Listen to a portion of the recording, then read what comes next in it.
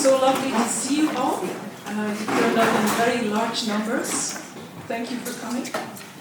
My name is Jolien Paelman. I'm a spokesperson for Extinction Rebellion and very happy to be your host tonight. George Monbiot is an author, a long-standing columnist for The Guardian, and an environmental campaigner.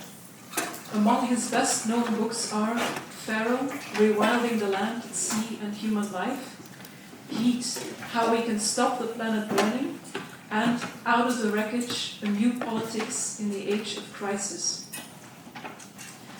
I know that many of you here tonight are very much aware of the fact that we are now living in a state of emergency. Not only our weather systems, but actually our whole biosphere, our ecosystems, or as George famously paraphrases them, our life support systems are under grave threat. In his new book, Regenesis, George Monbiot clearly shows that the way we feed ourselves is suffocating the living planet. He identifies agriculture as the greatest threat to the natural environment and its ability to restore itself. Changing our food system is both vital and possible, but what solutions will actually lead to a system that feeds the world without devouring the planet? We will find out tonight. First, George will present us with an outline of his book. Next, he will have a conversation with Filsan Osman. Filsan is co-author of the book Dare to Care, Ecofeminism as a Source of Inspiration. She is originally from Somalia and volunteers at Black History Month Belgium, writes articles for the feminist journal Spijkermagazine, and also volunteers for Burgerplicht. She is also an activist and a community builder. Next, after this conversation, Filsan and George will open up their conversation to all of you, so you will have the opportunity to share your thoughts. And finally, at the end of the evening, we will have the ecologist turned activist Emma Smart from Replanet, who will present us with their exciting new Reboot Food campaign. Okay, let's start. Everybody, please welcome George Monbiot.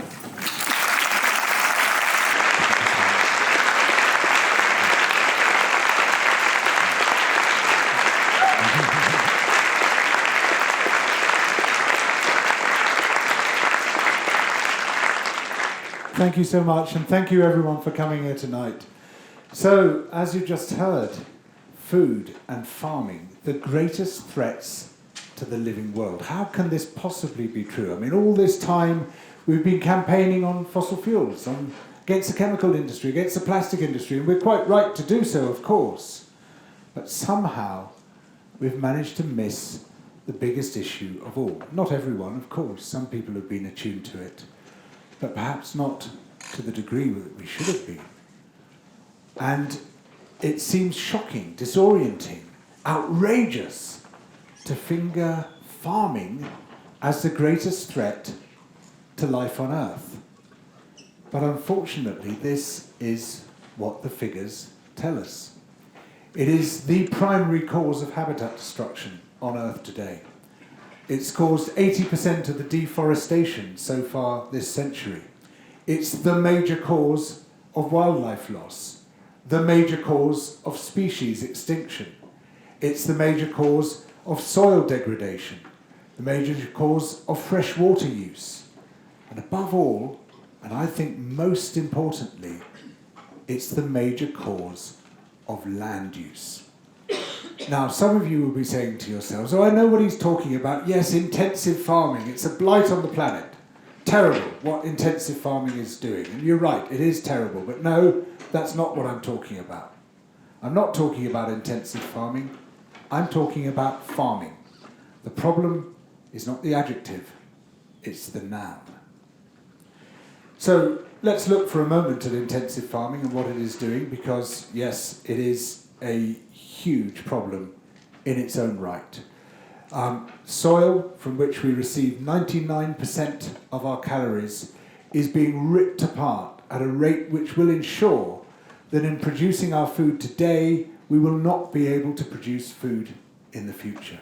We're tearing this ecosystem apart before we even know what it is. I mean, many people will be surprised to hear me call soil an ecosystem. It's one of the most diverse and abundant ecosystems on Earth. In fact, it's more than an ecosystem, it's a biological structure like a coral reef. It is built by the organisms that inhabit it. If it weren't for the living creatures, there would be no such thing as soil. If it were what we think it is, just a mass of stuff, it would wash straight off the land. But it's because it is built with the bacteria using the carbon in the soil. The great majority of the organic carbon in the soil is used by bacteria to make cement. And they stick together the mineral particles to make the homes in which they live. Little capsules which remain at 98% humidity even when you air dry soil. It's almost miraculous. And then the little scuttling creatures, the microarthropods, they make bigger clusters in which they live. And then the giants of the soil, like ants and worms, they make bigger clusters still. And soil is fractally scaled, which means that it has the same structure at any level of magnification, which accounts for its extraordinary resilience and its ability to absorb environmental shocks. But if you degrade it and degrade it and degrade it, as you do by ploughing it too hard, or indeed by fertilizing it too much, the soil structure collapses. It doesn't happen gradually. You'll see a sort of slow degradation, and then, as with any complex system, a sudden collapse. And that's what we call a dust bowl. What happens in this system is that when it's lost its resilience, its ability to withstand shocks, it only takes a small knock, like one big drought, and bang, it's gone. So a major drought hitting a highly degraded soil will increase the erosion rate by 6,000 times. And when the soil suddenly blows away as dust, that's a sign that the ecosystem has collapsed. And of course it comes far too late to do anything about it. You lose the soil, you lose the productivity of that land for good.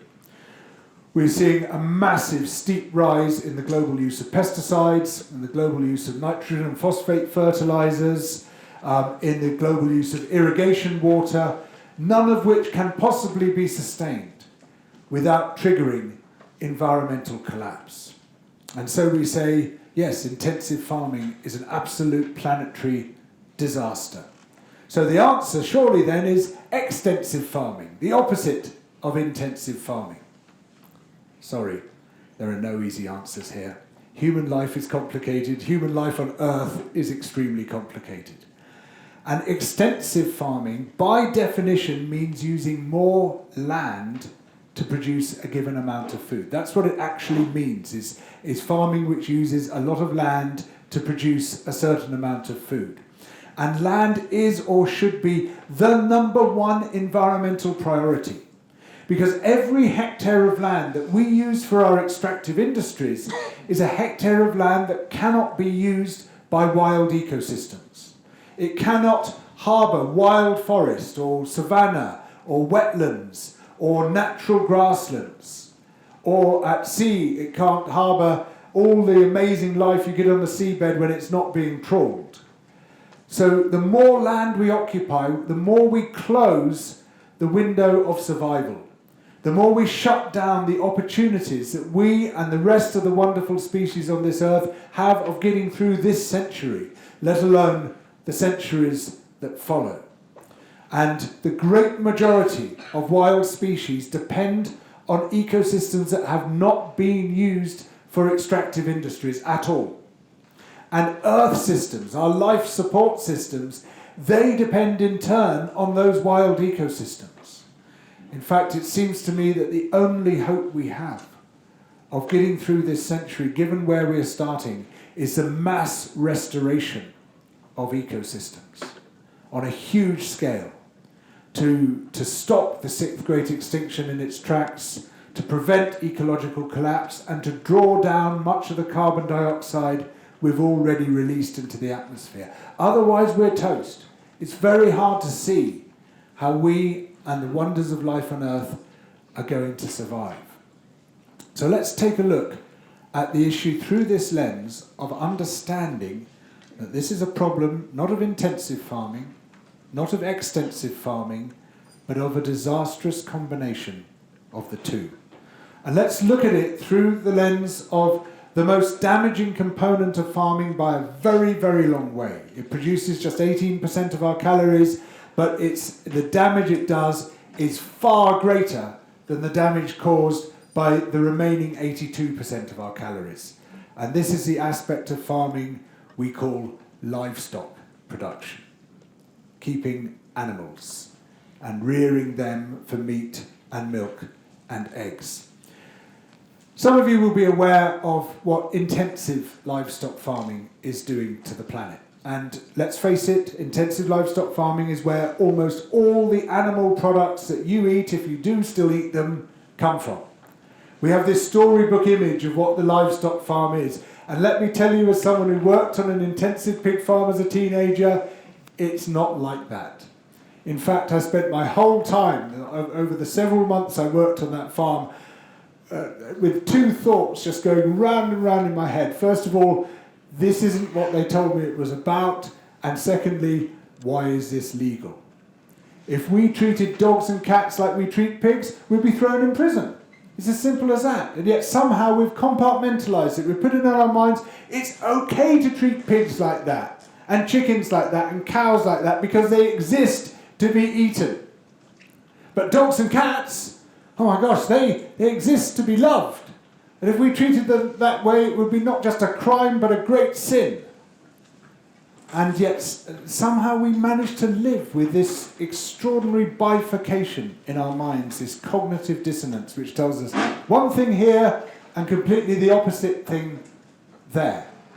But it's horrendous as it is for the animals who are being farmed. It has massive implications ramifying on either side of it as well. So if animals are being kept in a factory, in other words, if they're being intensively farmed, they have to be fed with grain, right? And that grain has to be grown somewhere. And almost half the land area devoted to crops on Earth is crops grown to feed livestock, which then feed us. And we lose most of that food value during that conversion process. And a very high proportion of that grain comes from the Americas. And particularly nowadays, soy from Brazil, Argentina, and Paraguay. And the expansion of soy farming, only 7% of the world's soy incidentally goes to feed humans directly. There's more soy in chicken than there is in tofu, right? The expansion of soy farming is ripping some of the world's most wonderful and diverse ecosystems apart. The Cerrado ecosystems, the savannas of central and northeastern Brazil, the Gran Chaco in Argentina, and now the Amazon rainforest. And we've seen just since 1960 an area the size of Spain cleared, completely cleared, to be planted for soy alone, almost all of which is to feed our intensively farmed animals. And so much soil is being eroded and so much fertilizer is being applied to that land that as that farmed area is drained by great rivers such as the Tapajós and the Xingu and the Tocantins, those nutrients flow down those rivers into the Amazon, into the sea, and now for 6 months every year there is a continuous band of floating sargassum weed from the Gulf of Mexico down past Central America, round the corner of South America, halfway down Brazil, and the whole way across the Atlantic to West Africa. 9,000 kilometres of this floating weed forms every year, fertilised by all that runoff, primarily from the soy farms. It's an extraordinary example of eutrophication, overfeeding, overnutrition, which is one of the greatest threats to life on Earth today. The nitrate and phosphate that we produce have gone way over the planetary boundaries, and yet we intend to increase the use of them still further. Then we bring that grain back to our countries and we feed it primarily to chickens and pigs in these great big steel factories, places you can't go into, you can't see what's going on in and there, because if you did, you would never eat those products again. You wouldn't. Farmers often say, oh, if only people understood what we were doing, they'd be more sympathetic to us. It's exactly the opposite. If people understood what this involved, what it meant to rear these animals, they would never touch them again. And you pass this grain through the animals. It's got a very high nutrient content because you need to raise those animals very quickly to maturity, and they poop a lot of the nutrients out. And so then you've got a problem, which is all the shit which these animals have produced. What do you do with it? Well, it's high volume and low value. So you can't truck it halfway across the country to an arable area. It's just not worth it, not worth the diesel. So you spread it on your land, and farmers spread it on their land. Say, look, we're fertilising the fields. But because there are so many animals in these factories, it's far more manure than the land can possibly absorb. The soil can't absorb it, the plants can't absorb it. So all the surplus washes off into the river. And no river can survive intensive livestock farming. Wherever it exists, the rivers are dead. And if they haven't died yet, they're on their way. It is riverside on a massive scale taking place around the planet wherever this happens. And then the rivers go into the sea and they create dead zones, similar to what's happening at the other end of the chain. So this horrible symmetry of these deadly effects either side. So you say, well, what about those cattle grazing in the fields, the beautiful pictures that we see, and we're now told that pasture-fed meat is the best thing you can possibly eat because those cattle restore the land and they put carbon in the soil. Well, I'm sorry, but it's the worst possible farm product. It is the most damaging thing of all that you can eat. And what we've been told about pasture-fed meat, ranching, restoring the land, putting carbon back in the soil, this is just the livestock industry's climate denial. It's as bad as anything the fossil fuel industry has been putting out. It is total bullshit. They talk about regenerative ranching, formerly known as ranching. Regenerative has become one of those words that you just tack on to everything, like sustainable. Whatever we're doing, we just call it regenerative, and then people will love us. The fundamental problem with extensive livestock farming, with ranching, is the amount of land it uses. Now, we're all aware of the issue of of urban sprawl, right? Everybody hates urban sprawl. It's bad for cities, it's bad for the countryside, and we should campaign against it. But worldwide, the total land area occupied by all the buildings we make, homes, businesses, infrastructure, all the building we do is 1% of the planet. The cropped area, the land we use for crops, almost half of which is for feeding animals, is 12%. The area occupied by grazing livestock is 26% of the planet's land surface. It's by far the biggest use of the planet of all. And all that is land with a massive ecological opportunity cost, what you could be doing on that land if you weren't using it for grazing, and a massive carbon opportunity cost, because all the ecosystems that you've stopped from existing, the forests, the wetlands, the savannas, the natural grasslands, are much richer in carbon than the managed grazed pastures that have replaced them. Not only that, but these pastured animals produce far more methane and far more nitrous oxide even than the brutally treated corn-fed cattle, whose problems we know all about. The pasture-fed ones cause much, much more global heating than the intensively farmed cattle. So there's no answers there. We can't say, well, we'll choose this kind of livestock farming instead of that kind of livestock farming. Anything which produces a significant amount of animal products is like a loaded gun pointed at the planet. It's only when you bring down your livestock numbers to such a tiny amount that trees can grow on formerly forested land that you can say, well, we could call that regenerative grazing. But that's not production. That can be seen as a conservation tool, which in a few very limited circumstances you might say, yeah, that's appropriate here, but it gets confused with a production system. If that was the only way we produce meat, only millionaires would eat it, because you produce scarcely any meat at all that way. So here we are facing this massive crisis, the biggest crisis of all, the one we will not talk about, which is driving us faster than any other factor towards the brink of Earth systems collapse. And I could say, and this is what I'd like to say, everyone should go vegan. They should be like me, because don't we want everyone to be like us, right? And, that's great, and I applaud everyone who has gone vegan. Fantastic, thank you, wonderful. It's the most important thing you can do individually for the living planet. Of course, we're much more powerful collectively than we are individually, but where it comes to individual action, that's the best thing you can do as a consumer rather than as a citizen, which is where our power really lies. But yeah, go vegan. Unfortunately, while, many of us in the room are doubtless have taken that step, that's not the way it's going worldwide. Veganism is rising, but meat eating is rising much faster. And some older environmentalists like to emphasise what they call the population crisis. So it's human numbers which are our undoing. But actually, the number of humans is just about the only environmental indicator which is now plateauing. All the others are doing that, human numbers are doing that.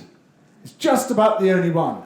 There is, however, a global population crisis, and it's livestock. Human numbers are rising by 1% a year, livestock numbers by 2.4% a year.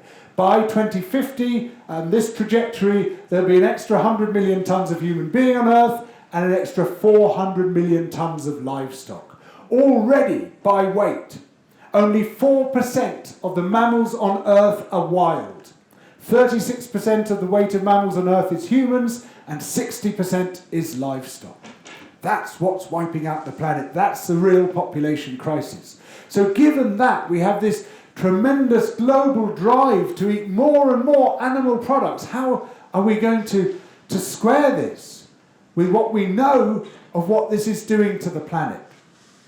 Well, I believe the answers are very close to materialising. In fact, just this afternoon I was meeting with someone who's creating one of the possible solutions. And now I'll preface this by saying technology alone will not deliver anything we want. But nor will politics alone, and nor will economics alone, and nor will social change alone, and nor will cultural change alone. We need all of those things coming together. But technology is a crucial part of this. We know this in energy. We know we can't get rid of fossil fuels unless we have something to replace them with. Solar panels and wind turbines, for example. But it's the same in food. And we do now have something with which to replace this devastating impact on the planet caused by livestock farming. And this is a technology called precision fermentation. It's really just a refined form of brewing. It's multiplying microbes to produce particular products. We've been doing it for quite a long time. We've been using precision fermentation to make chymosin, for example, which is the substitute for rennet. If any of you eat hard cheese, then you eat chymosin made from a genetically modified bacterium or yeast, which produces a substitute for the substance we used to get by macerating the fourth stomach of an unweaned calf and then degrading it chemically. It sounds like something out of Macbeth, doesn't it? The missing ingredient in the witch's cauldron. And no one seems to object to the idea of producing it by other means. So we've been producing insulin this way and several other products this way for a long time. But now we are on the verge of commercially producing protein this way.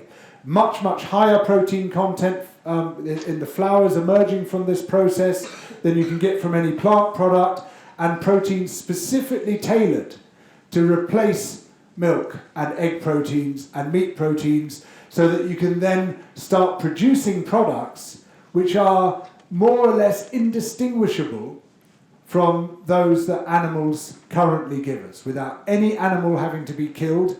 Any of the 75 billion animals we're killing today, none of those would have to be killed. The product would be just as good. It can be cheaper, it can be healthier.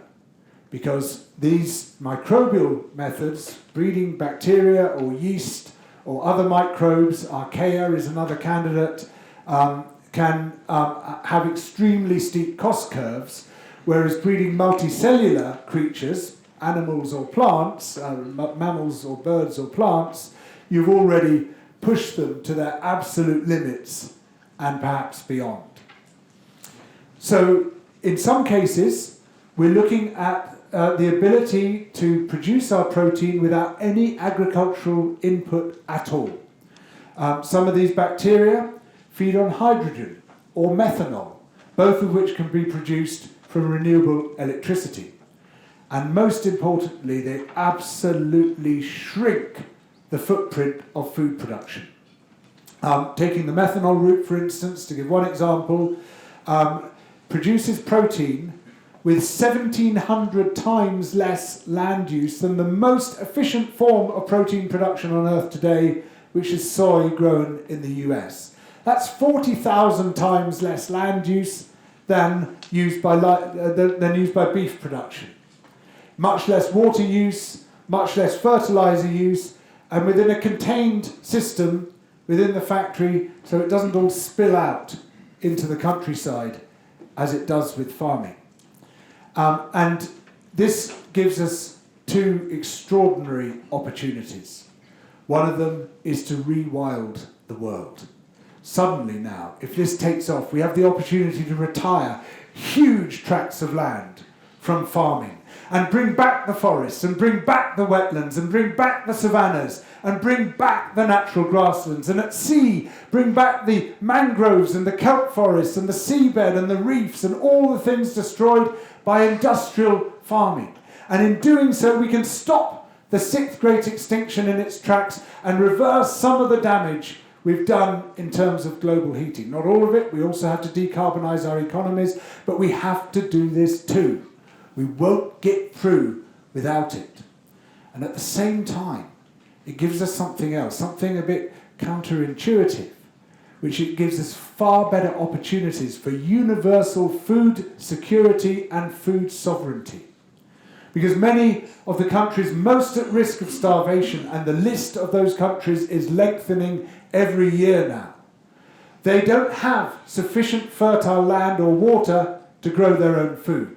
Or if they do, the land is often severely degraded and people's dietary changes are overwhelming its capacity to produce that food. So many of the world's nations are now dangerously dependent on imports from distant parts of the world, with a food chain which looks like it's in imminent danger of snapping. But if we can ensure that this is a distributed, popularly owned technology, and I believe it must be, that every town could have its own brewery, producing its own protein-rich foods for local markets, operating autonomously, without the requirement of global trade. Local food sovereignty, where you can produce as much food as you want. And the countries most at risk of starvation, they might not have enough land or water, but they're very rich in something else, sunlight. And that is the feedstock you need for this new food economy. Now, I can hear the objections building up, of course. Well, why wouldn't you? I mean, absolutely. So the first one, obviously, is, yuck, I don't want to eat bacteria. Bad news for you, you eat them with every meal. Loads of them. Your food is stuffed with them. In fact, we deliberately introduce bacteria into yogurt and cheese to give us the foods that we like. And if you want to know what yuck really looks like, visit an intensive livestock farm. Oh no, sorry, you can't. I wonder why not. Or visit a slaughterhouse. We don't want to think about that, do we, either? 95% of Americans eat meat. According to one survey, 47% want to ban slaughterhouses. Some disconnect. Second objection, factories. We don't want our food produced in factories. Well, basically we do produce our food in factories, either in actual factories, the horrendous conditions in which the great majority of livestock are kept, or basically we are turning the factory into the planet into a giant extensive factory, with factory farming, intensive farming spread out over a vast area. And in fact, almost everything you eat passes through a factory at least one stage of its production. But what we have with the factory is something which is of tremendous environmental value, which is containment. It doesn't sprawl all over the planet. It doesn't cause agricultural sprawl, and it doesn't spread all its wastes all over the planet either. So this gives us an opportunity to keep the food production within a tiny footprint and make sure it doesn't spill from there. And then you say, well, ultra-processed food, this stuff could be used to make ultra-processed food. Sure, wheat flour can be made used to make ultra-processed food. Absolutely, and ultra-processed food is a blight on our health.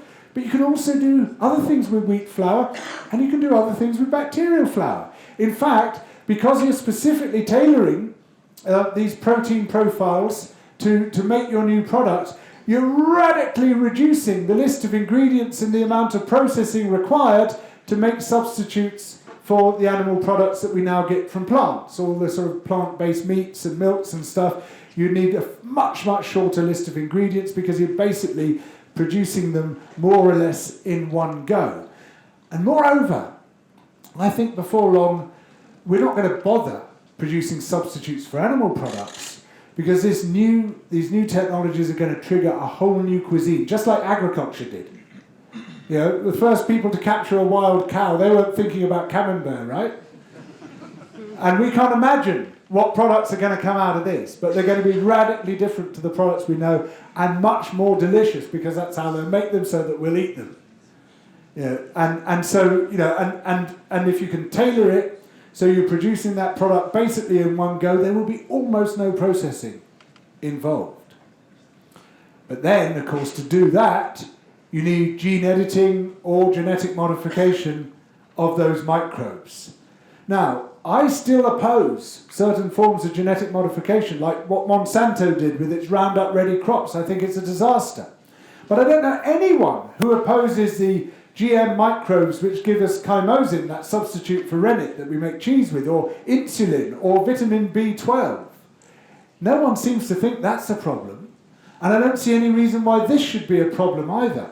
In fact, it could solve the biggest problem of all concerning genetic contamination, because we do have a massive genetic contamination problem, and it's becoming a global problem, and it threatens the health of every single person in this auditorium. And that is the spread of antibiotic resistance genes out of livestock farms, out of their slurry pits, onto the soil and into the food chain. And this, more than any other factor, now threatens to destroy our most important medicines, without which there's no safe childbirth, there's no safe operations, there's no safe bacterial disease anymore.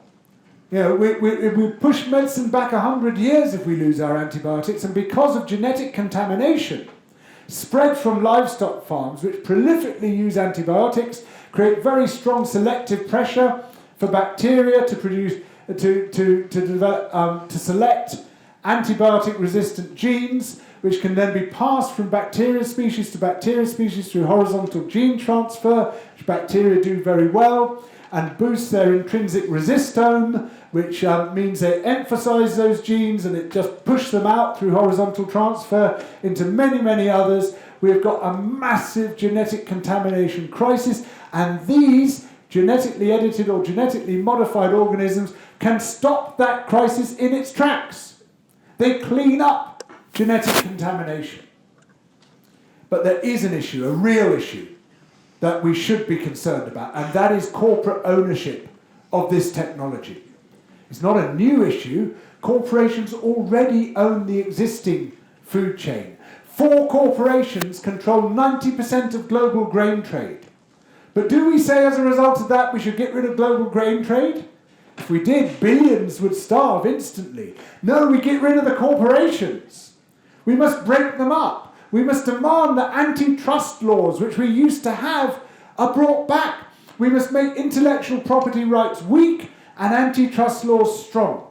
And the same applies to the new food economy. It's not a question of saying, because corporations could capture all this, we're against it. It's we must stop corporations capturing all this. That's why we need to get involved in this now. We can't leave it to the corporations to develop it any which way they want. We must ensure that this becomes a distributed technology rather than a concentrated technology. The rules were made by human beings. The rules can be changed by human beings. But before we engage with any of this, we must understand the predicament we face and understand some of the routes out of that predicament.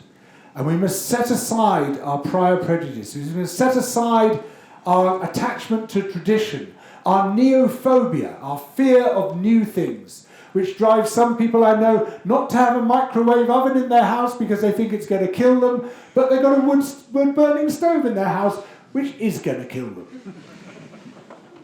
We must try to rise above these cultural constraints that prevent the transitions required to save life on Earth.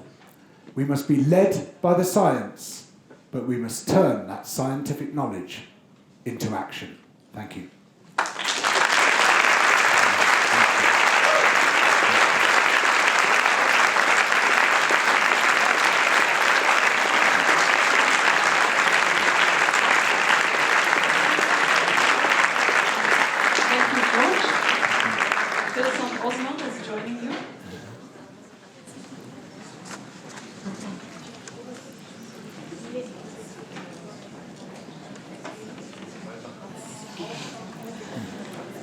Oh, thank you. All right. That was impassioned. And really amazing to hear. I have a whole lot of questions, but we probably will not get to those because George has already warned me that he answers quite long. So I would, if I were you, already get your questions ready for when it's time for you all to ask questions. Make them as pointed and as targeted as you need to, okay? Before we get into the book, it's always interesting, I find it at least always interesting to ask an author what led to what the catalyst was to writing the book or coming up with the idea that this was something you needed.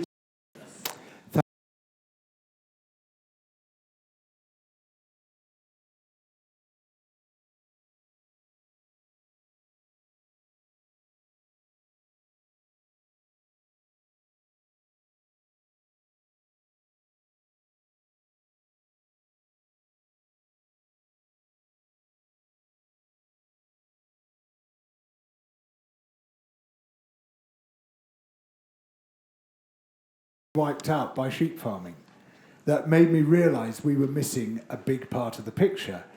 And as I started investigating, and this has been over the course of, it's over 10 years now, sort of focused largely on food and farming, I just learning more and more and more about the sheer scale of the impacts.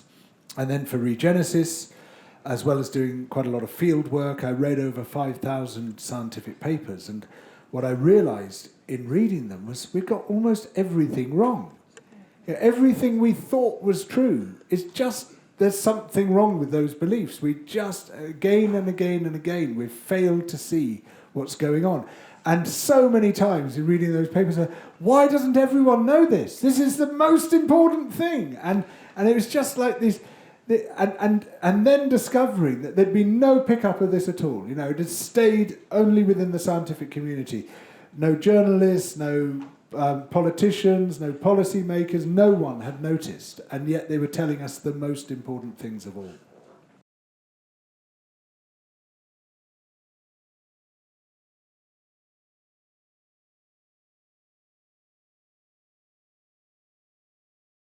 Never underestimate the ignorance of people in public life.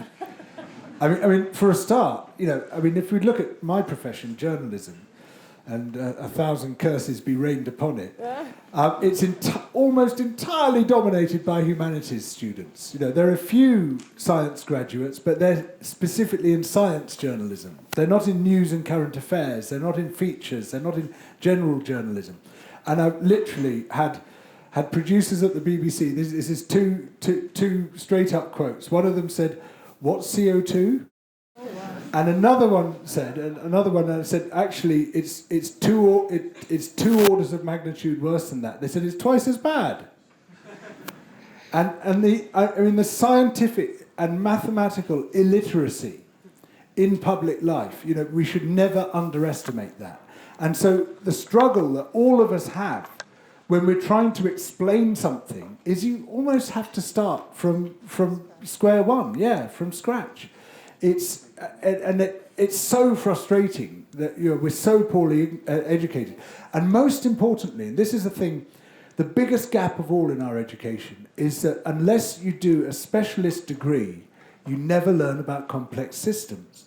Now, everything in life that's important to us is a complex system. The human brain, human body, society, every ecosystem, atmosphere, oceans, global financial system, global food system, they're all complex systems, and they all operate on principles which, unless you learn those principles, are completely crazy and counterintuitive. I mean, it can't possibly work like that, but it does. They as a result of billions of random interactions, they self-organize and they self-regulate within a certain range of stress. But you push them beyond that range, and instead of responding in a linear and gradual way, they reach a tipping point and suddenly collapse. And once they've collapsed, you can't reverse it, because this property called hysteresis kicks in, which prevents that reversal. And no one knows this. I mean, tiny numbers of people do. I mean, I had ecology as part of my degree, and so we learnt it. But how many people, how many of you have been taught complex systems at any stage of your education? Oh, better than in Britain. A better education system here, but not the majority. But this is the most important subject. Systems theory. We cannot understand the world without it. And certainly in my country, people just look at you like you're talking a foreign language if you mention systems theory or complex systems, and they say, oh yeah, it is complicated, isn't it? No, it's not complicated, it's complex. They're not the same thing. Yes, this is actually a question I don't know if this thing's on. I'm not sure it is. Is it on? No, it's not on. Somebody, yeah, it's on now. Okay. So this is what I was actually... I think it's allergic to me. It doesn't like you. Wait. Hello? Yeah, okay. Yeah. Okay, I think I need to press something. Okay. As soon as you ask the question, it turns off. It's working with big forget, the joke did not land.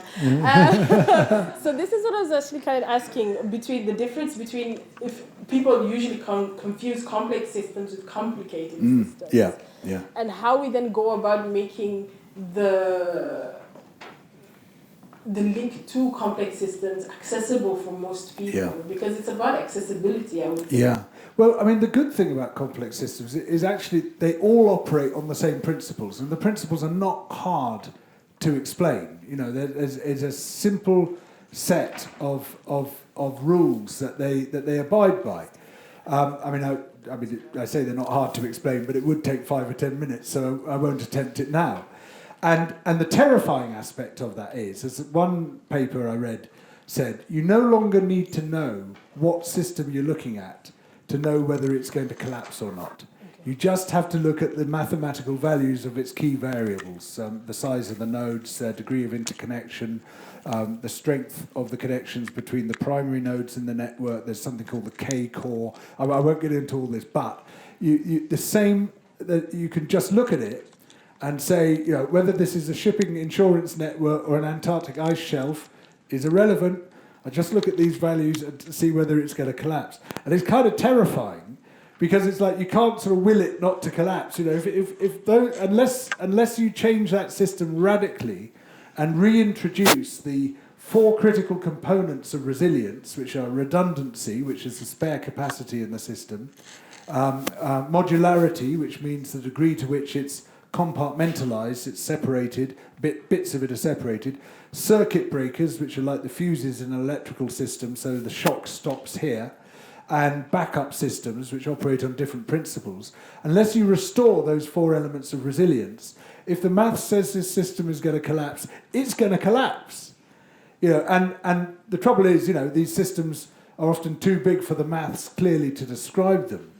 But what you see when a system's coming close to collapse is what systems theorists call flickering.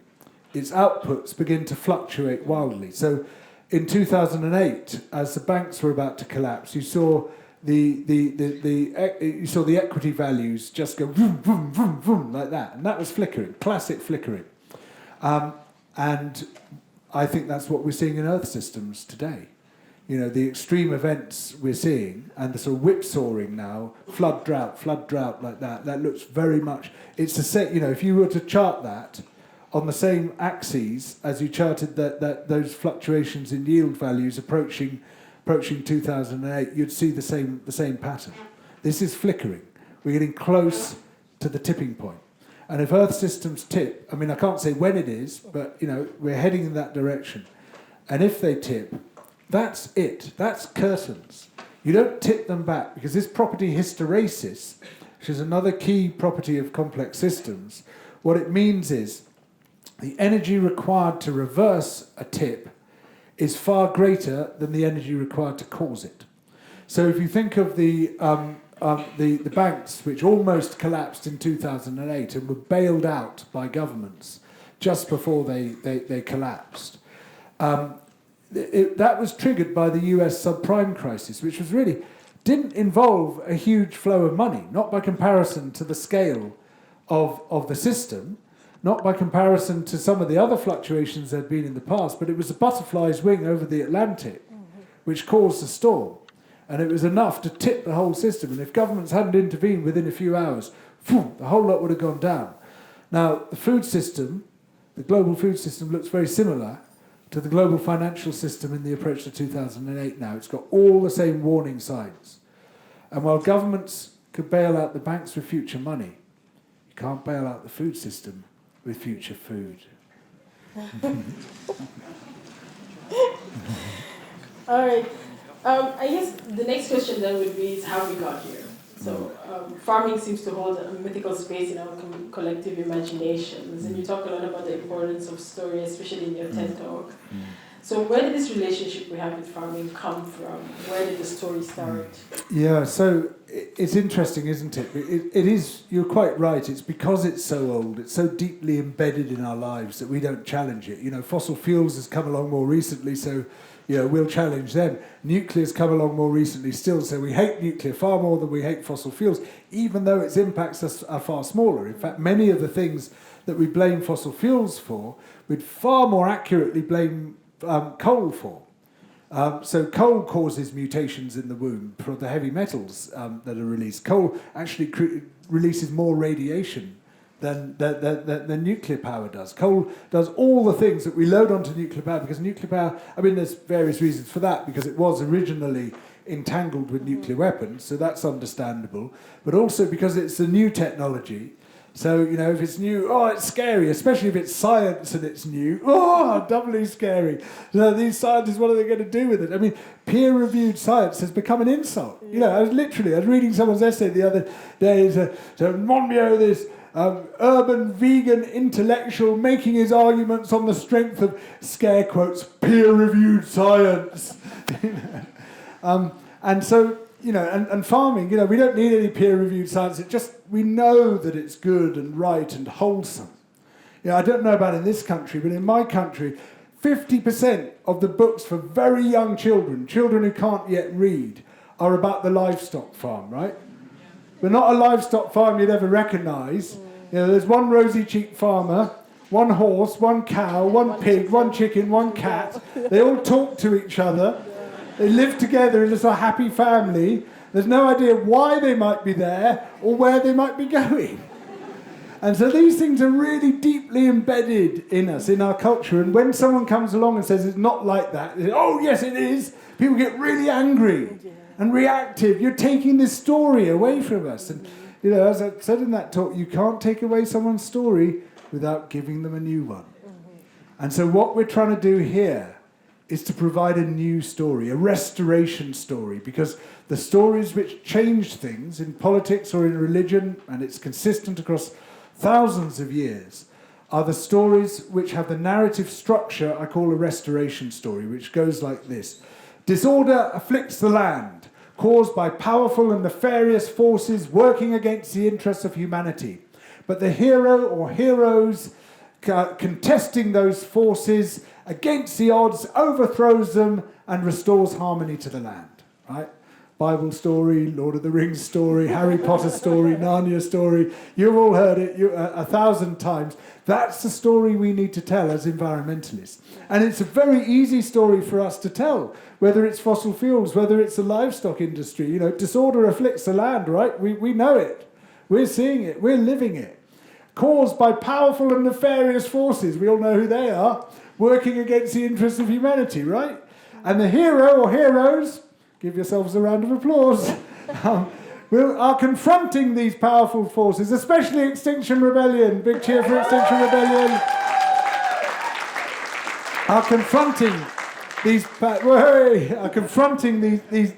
powerful forces and will, against the odds, overthrow them and restore harmony to the land, right? It's our story. It's ready-made. But we have to tell it as a story. We have consciously to frame it as a story. We have to use that narrative structure because that's what, as thousands of years of history shows us, resonates. So, how do we then make sure that this industry and this new industry doesn't end up existing parallel to the one that's already that we have today, considering that the cultural hold that agriculture has? Yeah. Well, to begin with, it will. I mean, it will definitely exist in parallel. And that's not necessarily a bad thing at this stage of the game, because one of the things you desperately need to do to reintroduce resilience to a system is to diversify it. Right? And eventually there will be a great diversification within precision fermentation and the surrounding new technologies. But at the moment, we need to just pull as much heat out of the existing food industry as we can and create the backup systems, which are one of those key 4 elements of resilience within a complex system. And a backup system is one that must operate on different principles to the main system. So to begin with, it'll be parallel, but eventually the decision will be made on price. And because, these microbial foods, you're talking about modular production within a factory, and you're right at the top of the cost curve, and they're already pretty darn close to the price of protein produced by soy, which is the most efficient way of doing it with agriculture. But with agriculture, they're right at the bottom of the cost curve. They've extracted all the efficiencies, and any further effort to push those efficiencies just creates further dysfunction. You think about it in livestock industry, in the US, injecting cattle with growth hormones, injecting pigs with ractopamine to just push them even further. And you can't, you've hit the wall. You've hit the wall on animal welfare. I mean, you've gone way beyond the wall on animal welfare. You hit the wall on what a multicellular organism can take. And same with plant breeding.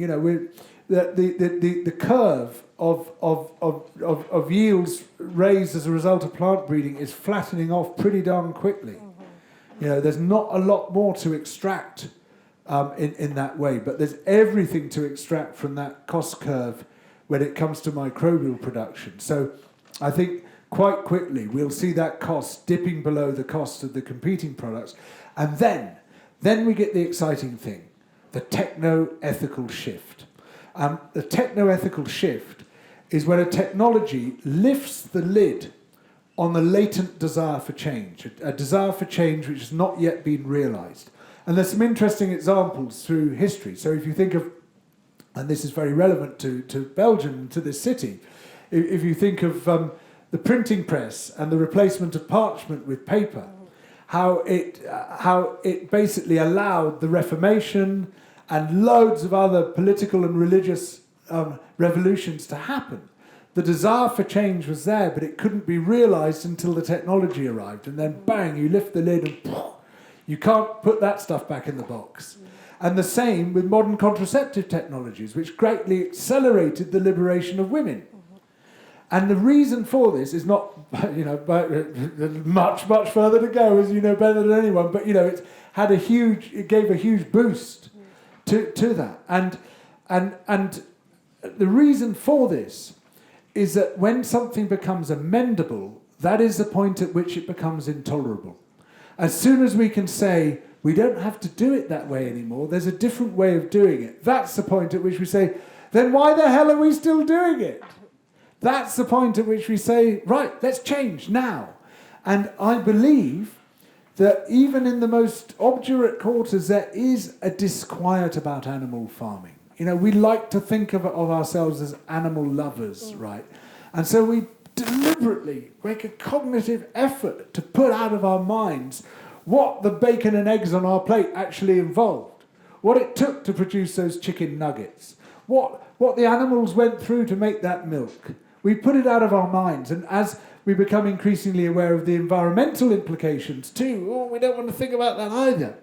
But as soon as there's a viable alternative, suddenly it's sort of permissible to think about it. Suddenly you think, okay, so now I'm faced with a choice. It's not just the way it's always been. There's a choice of doing it two ways. One way, animal suffering and planetary collapse, what's not to like? And the other way, oh yes, I can have the same products, more or less, without the animal suffering and planetary collapse. Tough decision. So next to the population myth and the myth around organic meat and pasture farming, what are the other kinds of myths that you've come across during your research? Yes, so this one is going to upset even more people. I've got a great knack in life of really, really pissing people off. These issues are too important, not to piss people off. We've got to follow the science. We've got to follow what the facts say, regardless of where it takes us. So, local food. I know. So, a lot of people, there's a reaction. Loads and loads of people who say, I've cut myself off from all the bad stuff. I'm buying locally. Now, there's a lot of good things about local food. Having a good local food economy, it's really good for local society. It's great to know where your food comes from. Though, of course, if you're buying local pork or local chicken, actually it comes from Brazil or Argentina because that's where the feed came from. So it's not really local at all. Nothing is really local at all. But, to the greatest extent possible, as Keynes said, economies should be homespun. But environmentally, that's not how it works. And very often your local diet is environmentally much, much worse than a different diet obtained from thousands of miles away.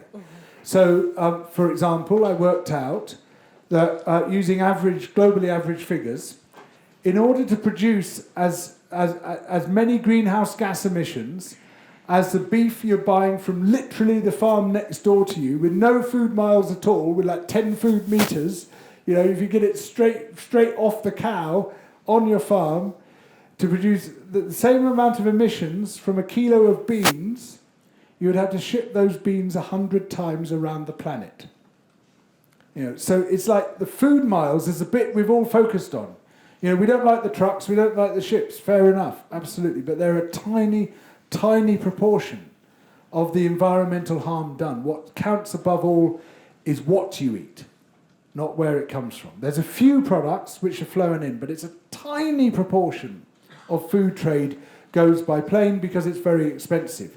So it's things like shellfish, blueberries, mange tout or sugar snaps, a couple of other very, very high value products like that which are worth flying.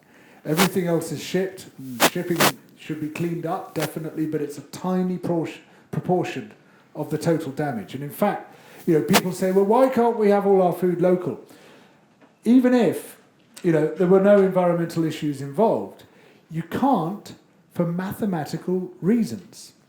And the reason for this is that we live generally in quite large settlements, most of humanity. And the hinterland surrounding those settlements, on the whole, is not big enough to feed the people living in those cities. And there was a study, I believe in Nature Food, looking for what is the average minimum distance over which the world's people can be fed with grain. It's 2,200 kilometres. That's the minimum distance. In some parts of the world, the minimum distance is 5,000 kilometres. And so most of the world's grain comes from huge, sparsely habited regions like the US Midwest, the Canadian prairies, the Russian steppes, the Ukrainian Chernozem, the Brazilian interior, and it comes to places which are closely habited. If it didn't work like that, we would starve. We would not get the grain that we need. But we don't want to see that. We want to avoid that. These are difficult truths to grapple with, but everything is difficult. Nothing. If your gut tells you this is the right way, it's almost certainly wrong. That's not exactly what we had thought. We usually taught to trust our guts. Yeah, absolutely not. Your guts are a terrible guide to living. Oh my God. And if you're a vegan, you want to stay clear anyway. So on to the bees and the worms section of the interview. So, in your book, you talk about the three main categories of food and the number of new technologies and solutions that can be implemented to make the shift. So you talk about staple crops and grains, vegetables and fruits, proteins and fats. Mm-hmm. Could you tell us a bit more about perennial grain crops? What is the yield and what's stopping us from widely adopting it if it's so beneficial to the environment and farmers? I'm so glad you asked me that. Thank you. Yes. It's such a fascinating subject because, of course, it's not just that we have to get the high protein and high fat foods out of farming altogether. But, we're still going to need farming, obviously. We need to produce grain, cereals in particular. And we'll need to produce fruit and vegetables. In fact, we ought to be eating more fruit and vegetables. So we've got to find far more environmentally friendly ways of producing these. And there are some interesting approaches around, not nearly as many as there ought to be, but one which really fascinates me is the possibility of perennial grain crops. Now, there are such things as perennial grain crops. Cowpeas is a very good example, and they are very important, particularly in West Africa. But there are very few perennial grain crops. Nearly all the grain that we produce comes from annual crops, in other words, from plants which live and die within 1 year. Perennial crops are plants which live across several years. Now, large areas covered by annual plants are rare in nature, and they generally occur in the aftermath of a disaster, like a volcanic eruption or a fire or a landslide, where you get bare earth, and then the annual plants specialise in colonising bare earth, and they reproduce very quickly, and they occupy it for as long as they can, for a year or two, and then the perennial plants come back in and they crowd them out. And so annual plants are they're very good at reproducing, at throwing their seed out, at dispersing as quickly as possible, and then waiting for the next opportunity, right? That's what they do. So to produce our food from annual crops, we have to create a disaster every year. We have to plough the land, or we have to spray the land and kill everything that was living there. And then when we've sown the seed, we have to pamper it. We have to spray herbicides on to kill all the other plants. We have to spray pesticides to kill the pests. We have to give it loads of fertilizer, lots of water. All these things are environmental disasters. And then we harvest it and we start the whole process all over again. And that's what's driving so much of our best cropland to collapse. But what if we could put seeds in the ground and then harvest from the same plant for several years at a time? You would massively reduce the environmental impact. And it's not like people have just thought of this. Scientists have been trying to do this for a century. It's been a great quest for science to develop perennial grain crops, but until now they haven't achieved it. But now, thanks to the help of massive screening technologies, led by the Land Institute in Salina, Kansas, we are, well, in one case we're there, and in other cases very close to having a wide range of new perennial grain crops. And the one case where they've succeeded fully, and it's fully commercialized, is a variety of short-grained rice, where they hybridized a perennial wild rice with an annual short grain rice and produced a perennial short grain rice with the University of Yunnan in China. And now it's been it's sown across thousands of hectares in southern China. And farmers are desperate for the seed, one because the soil erosion was destroying their rice paddies. The terraces were falling off the hillside because they were ploughing every year, and so this greatly reduces erosion. But probably more importantly for them, because they've got a massive labour shortage as all the young people are left for the towns, now you don't have to plant every year. And they've harvested it for several years in a row, and the yields are still as high as those of annual rice. I've eaten that rice. It tastes exactly the same. It is just ordinary short grain rice. It's indistinguishable. I've also eaten flour from this amazing plant called intermediate wheatgrass, which has got a root system like 3 meters long, goes right down deep and produces this really rich, nutty flour. It's delicious, really great flour. I've made you some, haven't I? Yeah, it's brilliant. So flatbreads, bread I've baked, I've made salt crackers, I've made digestive biscuits with it. They all come out fantastic. The yields are still quite low. They've got to work on that, and they're getting them higher. They've got legumes, beans and peas, sunflowers, and one of the things they've discovered is that not only do you do far less damage, but the plants themselves are far more resilient to environmental shocks because they've got much deeper roots and they've got much tougher structures above ground like perennials have. So for instance, they're developing this perennial sunflower, and they were growing a block of these perennial sunflowers alongside a block of annual sunflowers, and they had a massive drought, completely wiped out the annual sunflowers, and the perennials just sailed through. They didn't even notice it. So we can solve 2 problems potentially in one go. Well, I have to admit that the chapter on soil was my favorite because it was so imaginative. I could almost see the processes in my when I closed my eyes, which was really wonderful to have that kind of a connection through your work. To quote you, soil behaves like dust in a Philip Pullman novel. It organizes itself spontaneously into coherent worlds, yet we treat it like dirt. Why do we treat it like that? We don't seem to understand its benefits. I mean, soil is almost magical. I mean, it doesn't behave like any other ecosystem, and in fact, we really have no idea what's going on. There was a paper published in 2020 called Soil as a Composite Extended Phenotype of the Microbial Metagenome. I'm sure you've all read it. I did. Yeah, you did. You have actually read it. Yeah. Fantastic. Right, the rest of you. You have homework now. You got your homework. It's a mind-blowing paper because, I mean, it's basically, well, one thing it says in effect is we think we might know what soil is now, but if it is this, it's totally insane because it's like what they're seeing is that it's, they talk about the metagenome, and it's as if the soil itself has a genome, because as carbon levels decline, the entire microbial genome shrinks, and as they rise, it expands. And at the same time, the RNA operons, as the DNA contracts, the RNA operon number rises, which is some kind of metabolic response. It's as if the soil, they didn't say it in these terms, but as if the soil itself is a living organism. It's really, really weird, and we're only beginning to get to grips with it.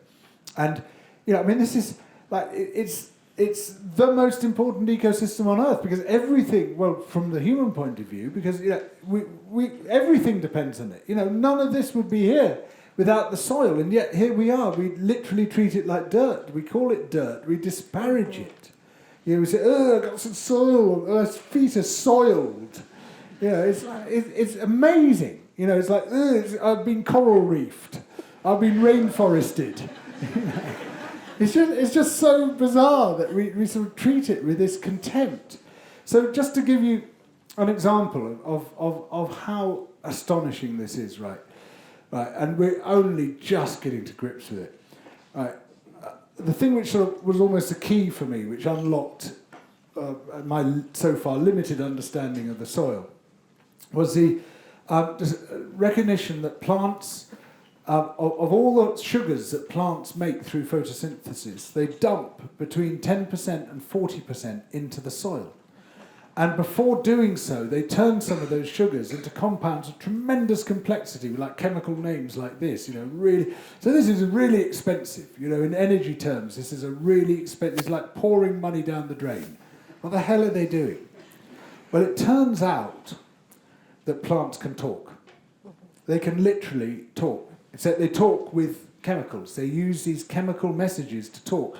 And in as much as we understand that they can modulate the signal from one chemical with another chemical, they use grammar. Right? And what they're doing is they're sending signals out to particular bacteria species in the soil. Right? There's hundreds of thousands of bacteria species in the soil, but there's only very particular ones they want to talk to. And these huge compounds they make are tailored specifically so that only one species can hear them. In fact, in some cases, only one genotype of a species can hear them. I mean, it's so incredibly precise. And so they send this sort of bat signal out saying, you, wake up. And the bacteria exist in a state of dormancy in the soil most of the time. But when the root hair, the little tiny root of the growing plant, pushes into a crumb of soil, it will send out this signal and wake up one or two of the friendly bacteria species that it wants to interact with. And then when they're woken up, it floods them with sugar. And so they multiply very quickly, they reproduce, and they form this ring of bacteria, a very dense colony of bacteria around the root hair. And they do several things for the plant in return for the sugars. They deliver minerals to the plant, because the plant can't extract minerals from the ground by itself. It needs bacteria or fungi to deliver them for it. They form a defensive ring around the root hair, so they defend it from the pathogens, the other bacteria or the fungi or other microbes which might attack it. And they also mediate and control, to some extent, the plant's immune system. So even if the plant is being attacked above ground by aphids or caterpillars or something, it'll send a signal all the way down into the roots, out of the root to its friendly bacteria and say, help. And the bacteria will bounce that signal back in a modified form, and that then fires up the plant's immune system to defend itself. I mean, it seems really clunky, roundabout way to do it, but that's evolution. It's path dependency. It's like it happened that way, so it stays in that mad loop. Now, does any of this sort of trigger a vague sort of? Is it ringing a bell anywhere? Does this sound like something else you've heard about? An incredible density of bacteria delivering minerals to an organism, breaking down its foodstuff, defending it from pathogens, firing up its immune system. It's the human gut, isn't it? It's the human gut. It's basically the rhizosphere, which is the zone of soil immediately surrounding the root hair, is the plant's external gut. Now, there are about 1,000 phyla, of major groups of bacteria, right? And there are 4 that dominate in the rhizosphere. Almost all the bacteria in the rhizosphere belong to these 4 phyla. And there are 4 which dominate in the human gut. They're the same 4. This is basically an almost exactly analogous system. And it's operated by bacteria which are specialists in cooperation with multicellular organisms. How new is our understanding of how these organisms work, or how complex the systems are? Yeah. So when I started writing this book, 3-4 years ago, it was right on the cusp. I mean, I was literally every month I was having to update the soil chapter, and then it went on for 2 years, just constantly up. It was getting really frustrating after a while, because I thought, I'm never going to finish this.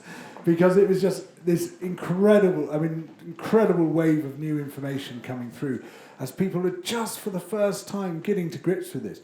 And now it's gone way beyond that, again, in terms of this the theory of soil thing, where new information is coming all the time. So I'm going to have to do some writing to get up to speed with that. it's really fascinating. But what this reflects is the neglect that this subject has had for so long. Because, we've understood rainforests and coral reefs, for example, and all the other ecosystems we've studied. We got there to the point we're at now years ago, but there's just been no funding for soil, and still there's no funding for soil. I mean, we used to have in the UK, I think it was 21 undergraduate soil degrees. We've got none at all now. They all got shut down. And it's like just as we need it most. It's quite amazing. So, the people studying this most important of all systems, they can't get funded. I don't know how many of those we have in Belgium. Are there any soil scientists in the audience? Oh, Yay! Yay! Well, you're doing God's work there. I think one of the more practical examples of how this can work is Ian Tolhurst.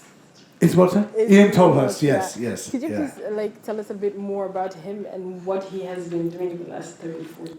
Sure. So we talked about high protein and high fat foods. We talked about grain, and now vegetables, vegetables and fruit, which is the third category. And I think it's very useful to consider these almost as separate industries. Obviously, they overlap and they interact, but actually the economics involved in them are very different, and so we should consider them differently.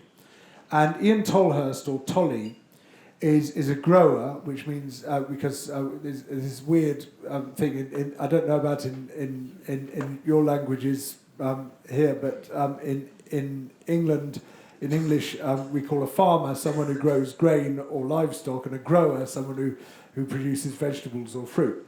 So he's a grower who's been working his land for 34 years now, without any fertilizer or any manure. And yet, throughout those 34 years, he has raised the fertility of his soil, and he's raised his yields until they've hit the lower bound of what conventional producers get with fertilizer and herbicides and pesticides on better land than his. He's farming on really rubbish land. It's grade 3B, which is really bad land. It's 40% stone. And yet he's getting these extraordinary yields from it. Now, he's done a whole series of very clever and innovative things. I mean, the guy is a genius. I said to him, "You're a scientific genius." He said, "But I know nothing about science." I said, everything you do is science, because he keeps meticulous records. He changes one variable every year. He's got all the data, and he does these sort of crude statistical analysis on his data. He left school at 15 with no qualifications, and yet somehow he's got it. He's got it all. It's all there. And through trial and error, he basically anticipated what soil ecologists are only now discovering. And what he's managed to do is to mediate the relationship. And he sort of knew he was doing this, and he sort of didn't. If you ask him about this, you probe him, you say, do you know what you were doing? He said, well, I understood it. I understood that there was sort of bacteria and fungi in the soil, but I didn't quite know what was going on. And nobody does, so he's as far ahead as anyone. And what he seems to have achieved is what should be an aim in all forms of farming, which is to lock up nutrients when you don't need them and to release them when you do need them. And the two aspects are equally important. In agronomic science, it's called immobilization and mineralization. So if you don't immobilize your nutrients when your plants don't need them, they will leach away through the soil and you'll lose them. So you have to lock them up at the right time. And Tolly's discovered that bacteria and fungi are the key to doing that, because it's them which deliver the minerals to the plant. And if you don't release them or mineralize them when the plants want them, then the plants will starve.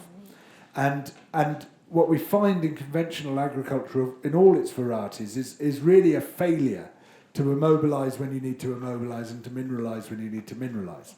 And what he's done, it's a very complicated rotation. Part of the answer is keeping the soil sealed at all times, so you have plants growing all the time. You don't let the soil see the sun, You don't let the rain hit it, you don't let the wind hit it, you don't let any of the nutrients wash away because the plant roots have got it all through the year.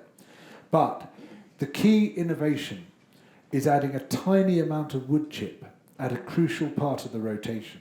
On average, it works out as 1 millimetre of wood chip per year. That's the depth of wood chip. So it's a very, very tiny amount. It's not a fertiliser, it's an inoculant. It's just the right amount of carbon to stimulate the right level of growth of bacteria and fungi. If you add too much, you lock up the nitrogen in the soil. If you add too little, the bacteria can't build the soil structures on which everything depends. But if you get it dead right, and you get your bacterial activity at exactly the right level, then it seems you hit that sweet spot of the immobilization mineralization nexus. Now, some growers have been able to replicate what he's doing with great success. In fact, I know a couple of them. You know a couple of them. Matt Dale is one. You know Matt, don't you? And they've great success even on very poor land. But others haven't. And we don't know why. And it's something in the soil. It's something to do with the soil. It works on some soil types, not on other soil types. In fact, it seems to work better on poor land than on good land. And we just haven't yet worked it out. So we just desperately need to be pouring research into the soil. Look, we're spending billions of dollars on the Mars rover program, right?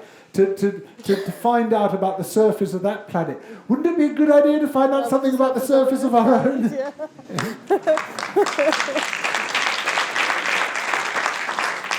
That would be really nice, yeah. About these new technologies, how scalable are they? So I think they're far more scalable than the existing technologies. I mean, in order to scale either our cereal farming or our livestock farming, we've had to destroy huge tracts of the planet. We've had to do things which just are not sustainable. And we're constantly being knocked back by the vicissitudes of the weather and all the other variables, the pests, all the things which make it very difficult to maintain that scale. We've created these giant monocultures and they're extremely vulnerable. Scaling has been a disaster in agriculture, but it's much, much easier in a controlled environment in a factory where you're just multiplying microbes. And we've been doing that fairly successfully for several thousand years in brewing beer and making yeast for bread. You know, there's no issue with scaling. In fact, you know, what's much more important is the descaling of agriculture. You know, and what we need to be doing is producing more food with less farming. And less farming means not just less land area, but it means doing less on the existing land area while maintaining the yields. You know, there's a fetishization of low yield farming because it's pretty, you know, it looks beautiful. And so we see these lovely pictures of it. So, yeah, that's great, you know. But low yield farming means you have to use more land to produce a given amount of food.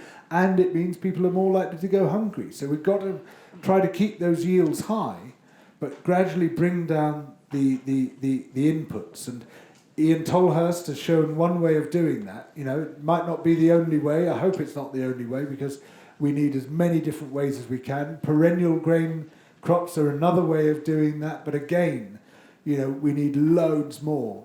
Lots more work in this field to find ways of cutting out the pesticides, cutting out the herbicides, cutting out the fertilizers, cutting out the irrigation water, all of which are just, you know, deadly for Earth systems. I'm working with a team of scientists on a new approach. It'd take too long to go into it, but we think we actually did proof of concept trials last week at Harper Adams University. It's a joint venture between Oxford University and Harper Adams, and it's incredibly exciting. We think we might have found another key to unlocking the secrets of the soil and greatly reducing agricultural inputs. So watch this space. And Fingers crossed. Cross your fingers for me, yeah. Yeah. I guess the next question would be that you had spoken about in the beginning while you're speaking. You were talking about us being wary of the corporatization and keeping them as far away from this process as possible. Did you come across any kind of mechanisms that we can implement on the level of participative democracy that we can then ensure that does not happen? There's a massive gap here, and I mean, another great question. Thank you, and you know, these are all fantastic questions and entirely pertinent. And there is a massive gap, and it's not just in this area, but it's in every area. I mean, why have we allowed Amazon to exist, for God's sake? It's crazy. You know, why do we allow this? Why do we allow these billionaires to do this to us? Why have we got a system where we could see the emasculation of Twitter happening in real time? You know, for these egocentric, lunatic billionaires with something missing in their lives, and they impose it all on us. And you know, these are political and social decisions which are made. You know, there was a time in the middle of the last century when there were very strong antitrust laws, and a lot of the big businesses were broken up. You know, and we had governments committed to breaking up big businesses because they feared their power, and they were right to fear that power. And there was a time when intellectual property rights were much weaker. In fact, the entire food processing revolution, which took part in Switzerland, took place when Switzerland had no intellectual property laws. So you couldn't patent anything, and yet it still happened. And what's happened is that corporate lobbyists have torn down the antitrust laws and raised up the intellectual property rights to enable them to control not just the food chain, but every aspect of commercial life, everything. You know, and everywhere we look now, we see monopolism. You know, humans made these systems. Humans can change these systems. And we've got to recognise that actually taking on corporate structure is a key part of the activist role. Do you then have any faith in the global community coming together doing things like the COP, for example, to implement some lasting change, or is it something that really has to happen on a local grassroots level? It's tough, isn't it? Because, you know, without global change and coordinated change, you've always got the free rider problem.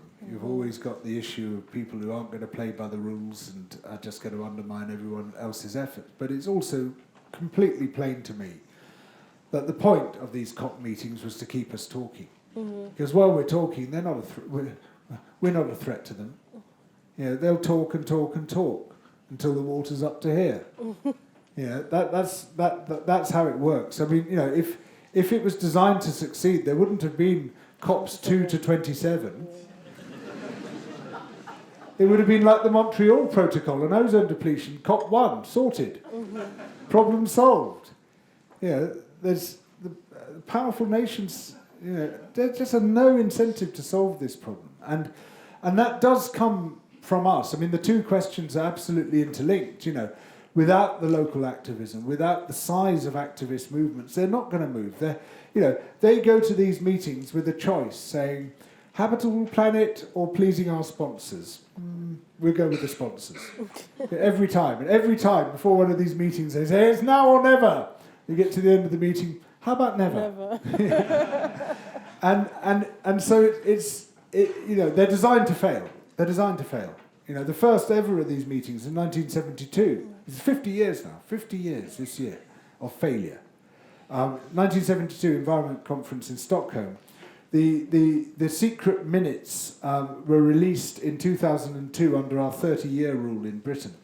And it showed Britain, the US, Belgium was one of them, Italy, and a couple of other countries conspiring to ensure that the poorer nations didn't get what they wanted, that they would all sort of be nice in public, say, oh, yes, we hear what you're saying, yes, we hear that, yes, and then block it behind closed doors, and that there would be no global environmental agreements struck at that summit. And that set the tone for all the rest of it. But the only thing that's going to change that is us realising our political power. You know, people often say to me, why aren't you in politics? I say, I'm in politics. This is politics. This is all politics. You're all in politics, whether you like it or not. And when we say politics and we mean that thing which a few hundred people do, we give it to them. We say, oh yeah, you can have all the power, you can do all the politics. But that's an artifact of our language. We just say, oh, politics. No, politics is right here, right now. The bedrock of politics is protest. We would have no freedoms. We couldn't be talking like this to each other without the protests of our ancestors. None of us could have a vote without the protests of our ancestors. We wouldn't even have a weekend without the protest of our ancestors. It was female garment workers, the beginning of the 20th century in the US, who got us the weekend. Never forget this. Never forget what our ancestors did. And now it's time for us to step up. Now it's time for us to be the brave generation. And, I know that we face a raft of repressive laws, particularly in the UK. I mean, they're just introducing these horrendous new laws against protest. Many other countries too. But they aren't as bad as what our ancestors faced. You think of what the civil rights campaigners faced. Think of what the suffragettes faced. You think of what the anti-apartheid campaigners faced. You think of what the decolonisation, the independence campaigners faced. People were killed in large numbers. And beaten and tortured, murdered, en masse, and still are in some parts of the world. And we have to make sacrifices. And I know that some people in this room have made some very profound sacrifices, and I thank them and I honour them for that. But we need to expand that circle of action. Now, here's a hopeful thing. Here's a really exciting thing, right? Because complex systems, right? Society is a complex system, and society, being a complex system, has tipping points. And we now know, by contrast to some other complex systems, pretty well exactly where those tipping points are, because there's been a raft of observational and experimental studies, and they all point to roughly 25% acceptance of a new idea or a new perspective. And once you reach that 25% threshold, then what happens, I think, is two things. First of all, it's the internal dynamics of a complex system operating, which tip the system. But that's reinforced by the fact that we're highly social animals. And we've got our antennae out always to see which way the wind is blowing, right? And when we perceive the wind has changed, we tack round to catch that wind. And so the classic example across most of Europe now, marriage equality, right? I don't know about in Belgium, but a few years ago, in the UK, marriage equality was going to be the end of civilization as we know it, right?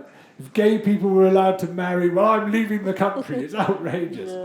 Yeah. Within a few years, it was suddenly, oh, well, of course, I've always believed in marriage equality. The same people, they didn't need to be persuaded. They just fell into line when the status quo had changed. And what gay rights activists did was they didn't try to persuade, their grumpy brother-in-law who's somewhere to the right of Attila the Hun. No, they just had to expand that social circle, the concentric circles, until it reached that 25% tipping point. Now, both immensely frustratingly and hopefully, there was a study published looking at the rise of Fridays for Future, right, up to the end of 2019.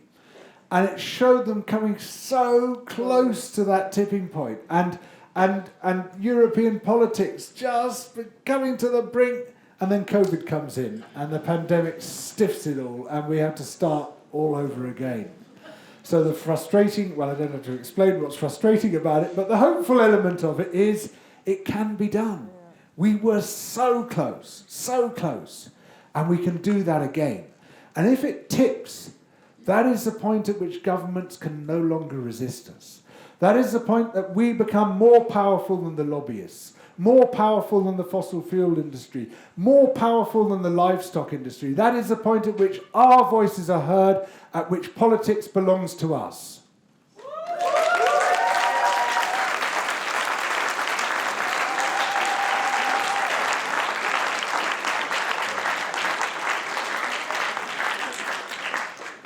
Y'all have more agency than you think. yeah. So true, so true. I've actually been quite curious to the pushback on the book. How has that been going? Oh, everybody loves it. No complaints. Oh, I haven't seen any. Yes, it would it would not be entirely accurate to say it has been uncontroversial. There's been. I mean, actually, the pushback has been pretty well exactly as I anticipated. I thought, right, okay, the livestock farmers probably aren't going to like this very much.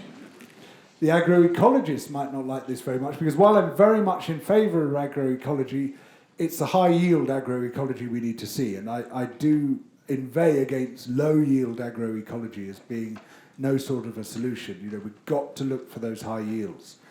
The organic people aren't going to like it very much, because I stumbled across some really disturbing papers showing problems with conventional organic, but there are different ways of doing organic, like Ian Tolhurst does. So, you know, I'm not sort of dissing the idea of it at all, but we've just got to find those sweet spots, and they're few and far between at the moment. And the traditionalists aren't going to like it, and the right-wing papers aren't going to like it, and the politicians aren't going to like it, and apart from that, universal acceptance. And I have to say, it's played out pretty well as I thought it would. So, what would you like us to take away from the book? Well, I'd like you to add quite a lot to the book, actually, because it's an ongoing research. I mean, the thing is, you know, I hope I've, you know, maybe lit a fuse, you know, but it's not. I was going to say it's not the explosion. I think this is that metaphor's going in completely the wrong direction. That's right. I've started rolling the ball, but it's not the game. All right. And you know, we you know, what I hope I've done is to get people to start looking afresh at these issues. You know, even people who have been involved in food activism, I think they've got a lot of people have got a hell of a lot wrong. You know, and you know, have become really detached from the science. You know, a lot of food activism or food writing has gone off over there, and science has gone off over there. You know, most food writers, they don't have a scientific background. Yeah, and there's a real curse of food writing, which is, you know, popular food writers tend to say everyone should eat what I eat, you know, and whether or not it can scale. So they sort of propose that 8 billion people should be fed with a Neolithic production system, grazing. You know, how's that going to work? Just can't, you know. But because they don't do the numbers and they don't do the science, and then they have these sort of elite aesthetics, you know, and it's all about how things look, and actually. Got to see the numbers. We've got to become food numerate. And we've gradually become energy enumerate. You know, the whole Do the Maths campaign that Bill McKibben and others kicked off in the US, and it's a very successful campaign, and people begun to understand how much carbon is in these fossil fuels, how much can we afford to release, what point do we hit these temperature bands and things. These are really important things to know. We must do the maths on energy, but we must also do the math on food. We must become food numerate. So I suppose that's one of the things I want people to take away. We need to tell a new story, but the story needs to be informed by science and needs to be informed by numbers. All right. It is now time. Remember when I told you to prepare your questions? Yes. Okay. I would like to see the first pairs of hands. All right, fantastic. Somebody, y'all are so far away. Oh my God. Yulin is coming. She's coming. She's coming.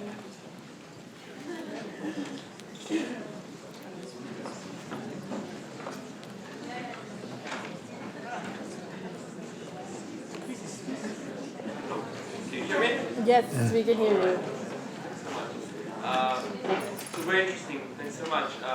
I have a question regarding how we're gonna have this social change unfolded, and I would like to point the case of the campaign of Animal Rebellion in the UK, which, to my knowledge, in September was like the biggest campaign ever on animal rights, animal farming issues. And there was a study led by a group of research called Social Change Lab, which is actually like kind of helping social movements in understanding how social change works. They made a survey in the UK before and after this campaign, and what they saw is that actually there was no statistically significant change on the opinion of civil society in general. And moreover, they saw that people generally think that the footprint of animal farming is related more to where it's coming from, so like that they should eat local meat. And part of this research is like part of these findings are motivated by the fact that there was the queen passed away, so there was a lot of attention there. But I was wondering, like, is there any other learning that you take from it? Why didn't people, not even like a small significant percentage, start thinking differently? Thank you. Thanks very much for that question. Very good question. I mean, I think, you know, that there has been a big problem with our theory of change in activism. That, you know, and one of the, well, several problems actually. One of the problems is that we expect to get instant results from actions like that. And, well, not everyone does. Some people have, I think, a more sophisticated theory of change. But, you know, we can't expect that. We shouldn't expect that. That's not actually what the actions are about. And that's not who the actions at that stage, you know, and it's a very early stage for animal rebellion in the UK, are aimed at, or should be aimed at. The action is aimed at reaching the people who are quite close to you, who might be ready to listen to your message. If we think back to the gay rights campaigns which led to marriage equality, right, it wasn't about trying to swing everyone all at once, trying to get a general social response. It was about expanding the concentric circle. So, you know, I don't know exactly what, I mean, I've worked a bit with Animal Rebellion, but I don't know what their theory of change is, or even if they have a mapped out theory of change. But what I'm guessing it would be is to say, you know, we get the message out to the next 5%. It might not even be 5%, might be 1 or 2%, might not show up on a national poll at all. And then the next 1 or 2%, and then the next, and then the next. Because you don't have to go all that far, it's only 25%. You know, but that's not going to happen immediately. You know, the first response of people is going to be, who are these outrageous people who are disturbing me with their new ideas? You know, we perceive change as pain. You know, if someone says, I want you to think differently, it's like someone saying, I want you to sprint 100 meters, because actually the neural circuitry is very similar. You know, if you've got to sort of push your mind down a different track, it's perceived, there's some very interesting neuroscience on this, it's perceived as being a very similar form of pain to having to endure extreme physical exercise. So someone's imposing pain on me, they're a dictator. You know, and the moment you suggest any change, you're called a dictator. Yeah, but what it is that people are discomforted by that change, and they're made to feel pain, and so they then load that back onto the person who's caused it. And so that's going to be the initial response. It was the initial response to gay rights activists, and some. I mean, you saw what they faced. It was just, you know, massive reactionary pushback and violence, and, you know, which is all coming back in the United States right now, as we've seen. But, you know, these things do come back. But you know, they persisted, and they gradually, it took slow to begin with, pushing that circle out, almost imperceptibly. And then it got faster and faster. System begins to flicker, you know, governments begin to waver, and then bang, tipping point, poof, it's gone, it's changed. That's how it happens. So don't expect instant results, and don't expect to achieve from a protest which is designed to reach the people who aren't quite there yet, but are very near to you, a general social systemic response. It's not going to happen that way. Next person? Who has?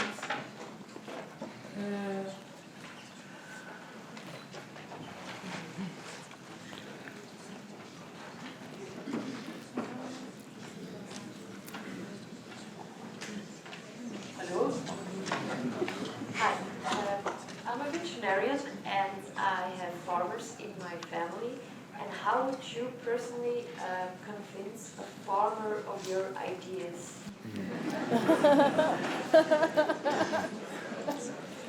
Well, yes, thank you. Another good question. So there's, the first thing I'd say is not all farmers are the same, by any means. And there are responsible farmers, there are less responsible farmers, there are innovative farmers, there are less innovative farmers. And some, I can't say that my book has been universally acclaimed by farmers, but some farmers are genuinely interested. Quite a few farmers have bought it and have been talking to me about what parts of this can I implement. And the frustrating answer is not a lot at this stage. It's not easy immediately to translate this. The perennial grain crops aren't on sale in Europe, or if they are, they're not really ready for commercialization.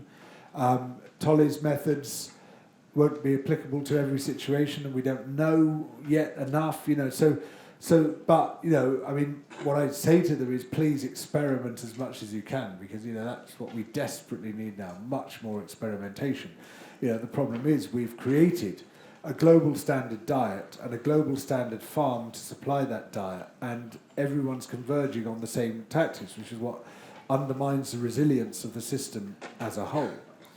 But some farmers, aren't going to listen. Of course they're not. They just get really angry. They're threatened by what I'm saying, and I totally understand that. But I'm not either. I'm not trying to convince them. I'm not trying to persuade them. Persuasion is massively overrated as a political tool. Systems theory tells us it's not persuasion which changes things. It's you preach to the choir. Everyone says, don't preach to the choir. No, absolutely we preach to the choir, but we make the choir bigger.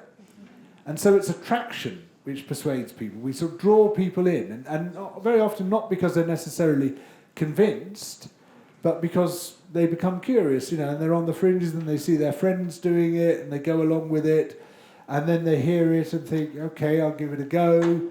And the great majority of society is never going to be persuaded, but they're still going to change, because when the tipping happens, they swing round. And that's happened so many times in history. We've seen it again and again, and things which looked impossible can suddenly tip, and that's not because of persuasion.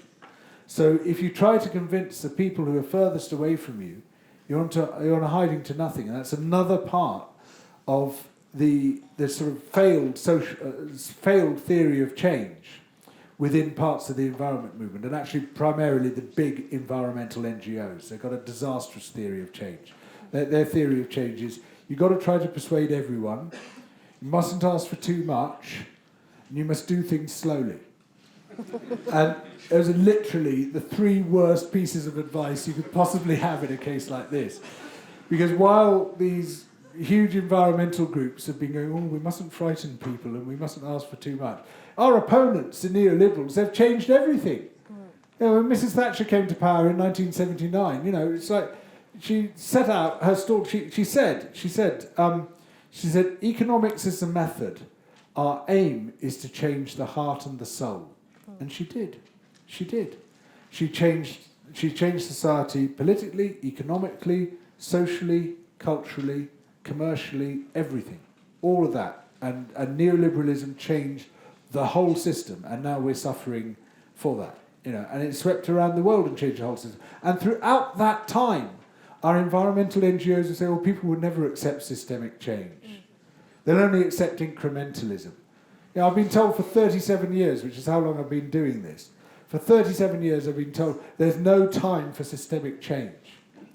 There is never time for anything other than systemic change. Systemic change is the only thing that works. It's the only thing that can work. And you know what? If you ask people to do something small, they ignore you. They're not interested. If you ask people to do something big, they'll step up. This is what they found with Bernie Sanders' campaigners. There's a very interesting book. It's very badly written, but it's an interesting book called Rules for Revolutionaries by Becky Bond and Zach Exley. It's really worth reading. And they, in the Sanders campaign, pioneered, were among the pioneers of this new model that they call radical trust, where you devolve huge tasks to volunteers because they couldn't afford a massive staff like Clinton's team had. Their massive staff. They didn't have any money because they weren't going to pursue corporate donations, and so they gave like regional organizer. You've stepped up. You could be regional. Who wants to be regional organizer? Volunteers did these enormous jobs, and my God, people were biting their hands off to get those jobs. They desperately wanted them. But when they said to people, "Oh, you can stuff an envelope, maybe tomorrow," it's you ask something to do something small, people aren't interested. You ask them to do something big, and people are really excited by that. And what have we been doing all this time? We've been saying we face an existential predicament. The end of our life support systems. It's all going to collapse. So what do we want you to do? Change your cotton buds, and don't use so many plastic bags, right? And bottle tops. Recycle your bottle tops. And so people see this and they say, "Oh, they're not serious. They're not serious." If they really believed this was an existential crisis, they'd be asking us to do something huge. But they're asking us to change our cotton buds. So it can't be an existential crisis. They're bullshitters, right? This is the way we do it, And so all this stuff about this timidity. We can't ask too much of people and we have to do it slowly. It's the worst bullshit that's ever been perpetrated in a political campaign. And it's been the absolute lifeblood of mainstream environmentalism, and we wonder why we've failed.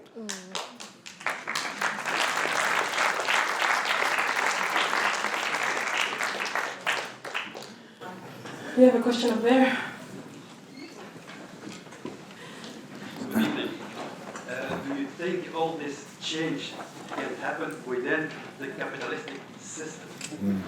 Yes, thank you. Another great question. Yeah, so, it's a bit like farming, isn't it? People talk about corporate capitalism and crony capitalism and predatory capitalism. And again, the problem is not the adjective, it's the noun. And, this is, all the time I say to myself, I wouldn't start from here, but, here is where we are. Yeah, we have to change this system. It's eating us. It's eating the planet. It's eating us all alive. Now, this is sort of slightly separate to the talk I've given, but, there are lots of us. There are 8 billion of us, in fact, and we need to be campaigning in all these spheres. And I would love to see an entirely different system based on what I call private sufficiency, public luxury. So the promise of capitalism is that we can all enjoy private luxury, right? One day, you can be the one with the giant yacht and the private plane and the super homes all over the world and the private islands and all the rest of it. It can be you. And that's why we go along with it, right? Because we think we're all temporarily embarrassed millionaires. We think we're all going to have everything. Everyone's going to have everything, right? How's that going to work? How can it possibly work? It's a mathematical impossibility.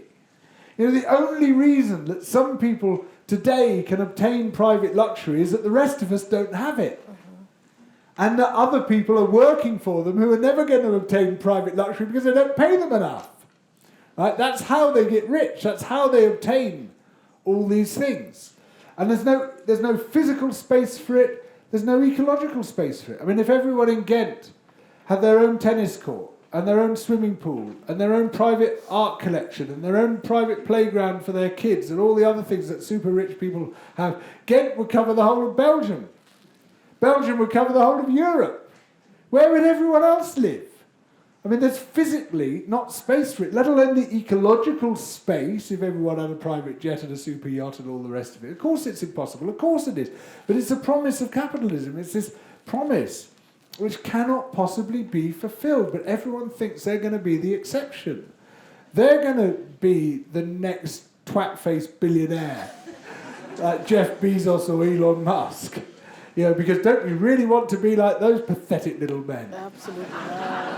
Who have to get into a giant metal phallus because they never mind because of what. But it's like they couldn't make it more obvious if they tried. And it's like that is the aspiration which creates. But if we had a system that I call private sufficiency, public luxury, right?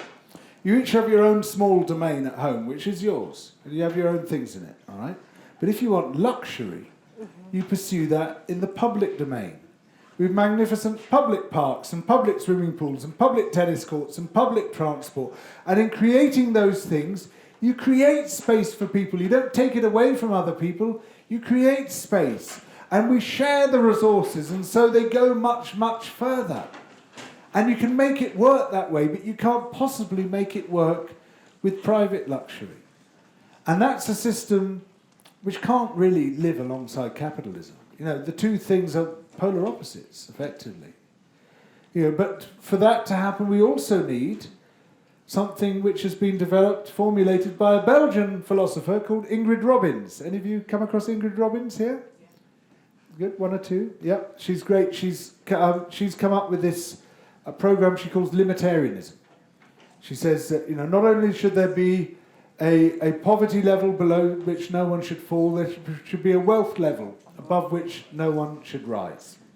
And you know, we should hit that ceiling and go no further, because we can't afford the rich.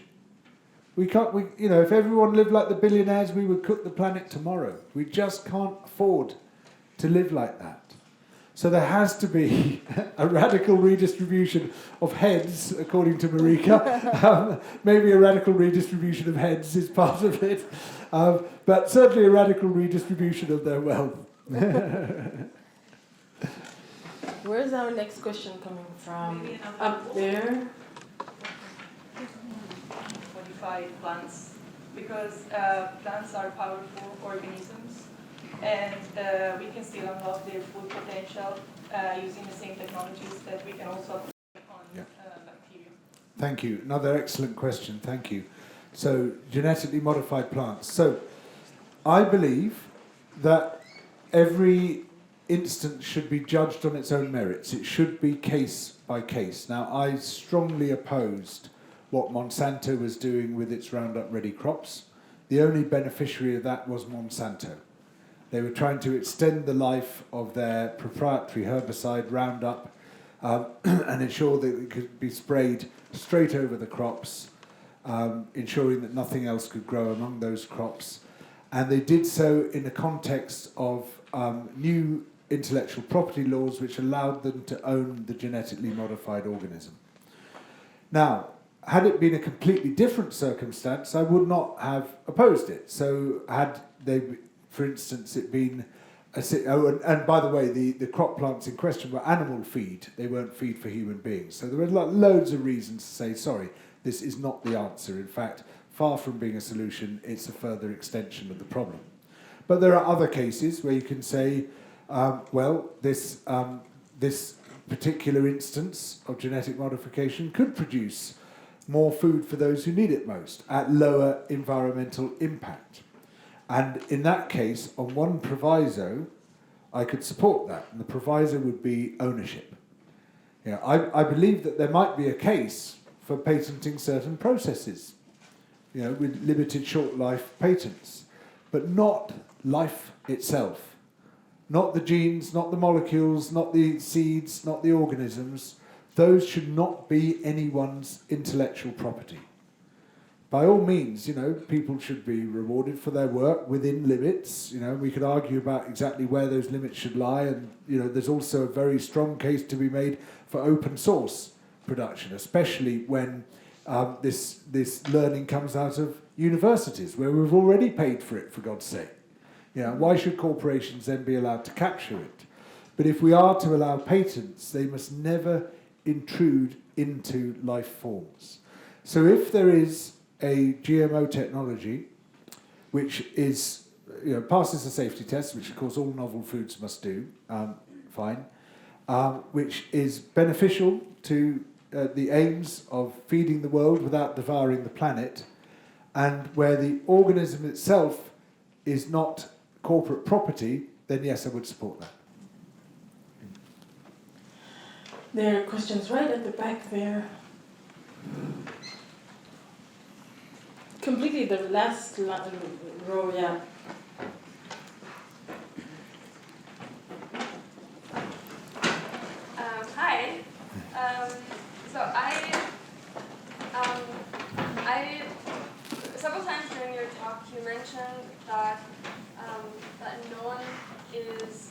really talking about this issue about like the dire state of our food system. And like as an agricultural scientist and like the daughter of a farming family, like that's, for me, that's very not true. Like this has been a very strong narrative throughout my entire life, and also there are like very powerful movements from around the world that are talking about transforming the agri-food system, and have been for a really long time, based on, as you mentioned, the principles of agroecology and food sovereignty. But there's a reason why these movements haven't been successful. Same thing with the climate movements, and I don't think that's just because we haven't convinced enough people, but because there are systemic obstacles of corporate consolidation, as you mentioned, that are inherent to capitalism. And it's pretty obvious that you're not a fan of monopoly capital, but for a technology like precision fermentation to truly contribute to food sovereignty means that people would have to have democratic control over it. Like that's inherent to that's the definition of food sovereignty. So in order to make this technology really open source and decentralized, it would have to actively combat these structures that lead to corporate consolidation. And I don't really see how that is possible right now. And I think this is important also with the former question with genome editing or genetic modifications. Like there, as you said before, there are path dependencies of every technology and structural lock-ins in our producing them, and technologies we can't abstract them from the system for which and in which they are produced. And right now, like in a capitalist food system, which is arguably, which is what we have, I don't see how. Yeah, I don't really understand how precision fermentation could really contribute to food sovereignty and ultimately people's ability to feed themselves. Thank you. No, another very good question. So, in all cases, in any kind of farming, something is owned. It might be the land, and it might be owned by the community, right? So, there's going to be, there's always going to be a limitation on the scope of democracy in whatever you produce. So, for instance, for many years, I ran an allotment plot. In the UK, we have these common land systems, really wonderful, where the council owns the land, but the community divides up that land amongst the people who want to grow food there, and into equal plots, and you can occupy one of those plots for as long as you cultivate it. But that's not a fully democratic system, because only the members of that commons are part of the polity. They're part of the democratic group. So there is democracy within the group, but not outside the group. And in owning, or rather in occupying that land which is owned by the council, we prevent its use for other purposes. And often there are clashes. People want this land for a public park where everybody can go. And so, in holding on to that land, we deny the democratic will of other people. So the point I'm trying to make here is that in any food system at all, even the most democratic, and a commons is as democratic as it can get, it's a wonderful example, and I'd like to see far more of our food system, in fact, of all our commercial systems, right across the board, being in the form of commons. But anything which involves ownership, even if it's community ownership, is never going to conform to what we think we're saying, at any rate, when we talk about democracy. So, any food system, democracy is going to have its boundaries, which is fine. There's nothing wrong with that at all. But there's no reason at all why, if we so deem it, as politicians, which all of us are, if we make this decision and exercise our political power, why we can't set very similar boundaries around new technologies. Just as you have community broadband, for instance, and community energy generation, using new technologies but owned by communities. Why can't we have community precision fermentation as well?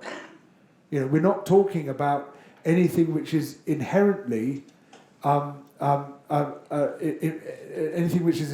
impossible to apply to a new food system. Sure, in the early stages, it's going to require a lot of capital to get it going. Same with any new technology, same with broadband, incidentally. But as costs come down, as it becomes more accessible, then the possibilities of community ownership, they abound. There's also the possibility of state ownership or municipal ownership. There's no inherent reason why any of this has to be privately owned.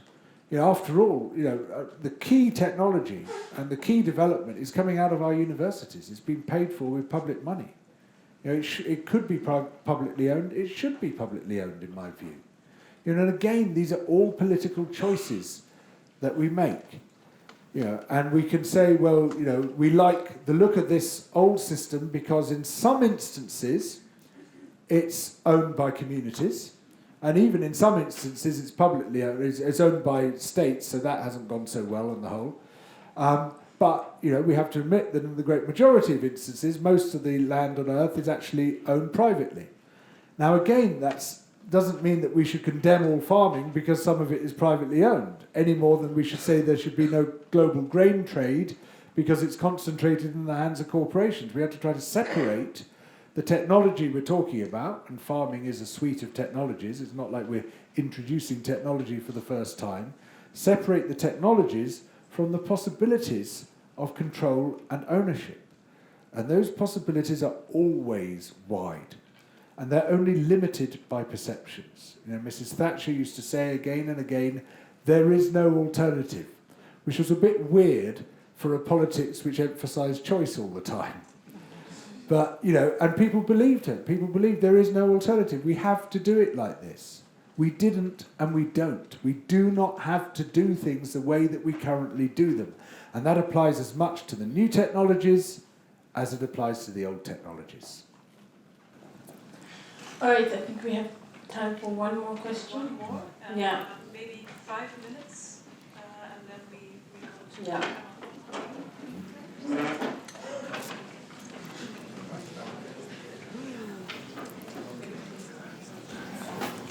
Hi, thank you for all your wonderful ideas. So in 2021, I think the consumption of plant-based meat alternatives was disappointing after a couple of years of growth. And one of the causes that has been identified by one particular report by Deloitte was that it was part of the backlash against wokeism. So I've seen that food, and especially meat, is being heavily politicized and being polarized. Is that something that we should be afraid of, or is that something that we say like, oh, those people on the far right, we don't have to convince them, they're so far away? Or can the backlash really backfire? Thank you. Another excellent question. Thanks. These are all great questions. So yeah, there's a very strong nexus between meat and conventional masculinity. And there's a wonderful book, The Sexual Politics of Meat. Anyone aware of this? Yeah. And so this scholarship goes back some way. It's a really interesting work. And it's particularly become a big thing now with the alt-right, you know. They're going to take my steak out of my cold, dead hands. And you've got these lunatics like Jordan Peterson eating nothing but beef and then almost dying as a result. Yeah. And you've got this guy, I don't know if you've seen him on social media, he calls himself the Liver King. The Liver King, yeah. And he eats all these massive, great slabs of raw meat. The Liver Failure King before long, I suspect. And so yeah, it's definitely, you know, become this sort of trigger issue, and yeah, sure, these big boys are going to play their games, and they do have some influence, you know, and definitely among men. But I think, ultimately, what's going to decide it is going to be price. You know, if these things which are effectively identical to animal products are half the price of the actual animal products, it's going to be very few people are going to continue to buy the animal products. And, particularly as, we just suddenly think, well, what the hell, why? Why are we doing this? And actually, you don't need, again, there's tipping points. You don't need to change the whole system. So there's this issue called carcass balancing, right, which is that when someone sells the carcass of an animal, they have to get a price for all the cuts from that animal. So if you're looking at beef, part of that carcass is going to be for ground beef to make beef burgers and ready meals and stuff, and part of it is going to be prime cuts. And the more of it goes for ground beef, the lower your margins are because the ground beef is cheap. But the total demand for ground beef is much higher than the demand for prime cuts. So already 62% of the carcass has to go to ground beef, and that means that in order to make it viable, you have to charge more for the prime cuts. And so then you further reduce the viability of your prime cuts market. Now, if, in the first instance, precision fermentation products are going to erode the ground beef market because that's the easiest to attack, and they're going to take a big chunk away of that market. Suddenly, you've got even more of a problem because you've got 62% of your carcass is ground beef, but actually someone's nicked a whole lot of that ground beef sales, and it's now being produced by precision fermentation. How much higher are the prime cuts going to have to go in order for you to make ends meet? And already, the only reason most livestock farmers exist is because of public subsidies. These are loss-making industries. We're paying for this environmental harm.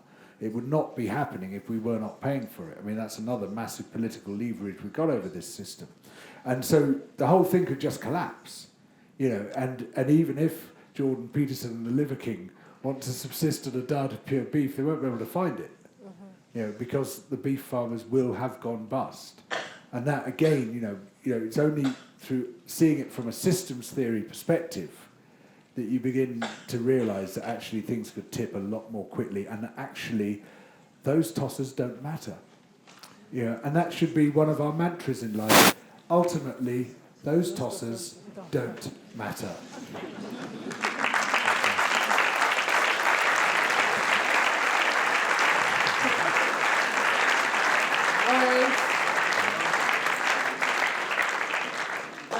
Thank you for your questions. Thank you for coming and holding space with George and I to talk about George's book. I would also hope that you would leave tonight with more hope to continue to do the big things. A round of applause for George. Thank you.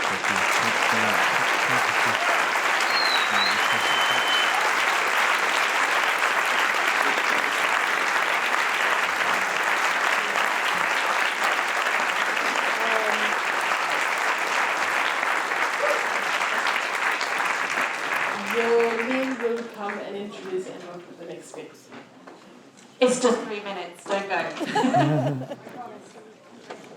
We'll be finished very shortly. Wow, that was absolutely incredible. Thank you so much, George. Thank you so much, Phil-San. I just want to speak very briefly about WePlanet, the organisation that have put on this speaking tour, this event tonight, along with many people here. My name's Emma, I'm part of Replanet. We are a new global organisation. We are an organisation that is fighting for a planet where nature thrives and humanity also thrives. Now, why do we need a new organisation? There are so many out there already. But if signing petitions and writing letters and going on marches and running campaigns worked, we wouldn't be heading for 3 degrees global heating right now. We wouldn't be in the 6th mass extinction, losing 150 to 200 species every day. The environmental movement has failed. It is stagnating and it needs refreshing, and that is what Replanet is about. So why is Replanet different? Replanet is led by the science, but inspired by activists.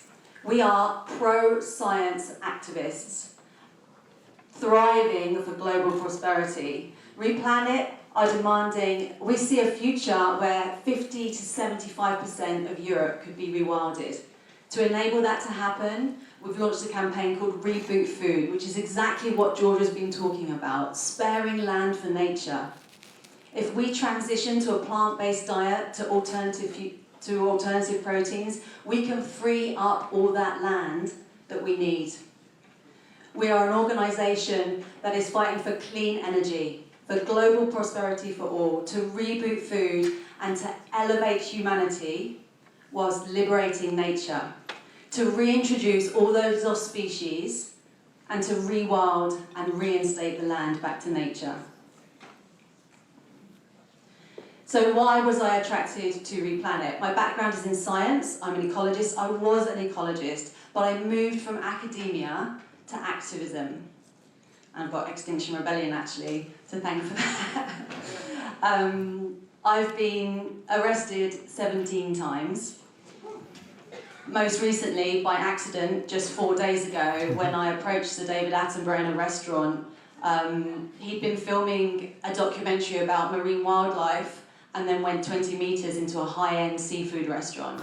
And like many of you, when faced with these situations, we need to step up and tell the truth. This time last year, I was serving a 4-month prison sentence for demanding the UK government insulate homes in Britain, not just to save lives of people, but to reduce our carbon emissions. On this day, exactly 1 year ago, I was on day 5 of what would turn out to be a 26-day hunger strike. 1 day for every failed COP. We need activism, we need science, and that is what Replanet is about. We need to join forces, we need the motorway gluers, we need the soup throwers, but we need the scientists, and we work together. And here we are all sat in this lecture theatre for a very long time, so well done. We need to all work together, and that is what Replanet is about. We are a radical new organisation, and we would like you to join us. We are just establishing, we're very, very new, but we're establishing a new Replanet organisation in Belgium. Rob, if you're here, give us a wave. If you've enjoyed what you've heard tonight and you would like to be part of this new radical organisation, led by the science, inspired by activism, please come and find either Rob or myself after this, if you've still got any energy left, and I'm amazed George still has any energy left. I think that's a sign maybe. But thank you again, everybody, for being here tonight. On behalf of Replanet, Phil San and George and Extinction Rebellion and Replanet, thank you.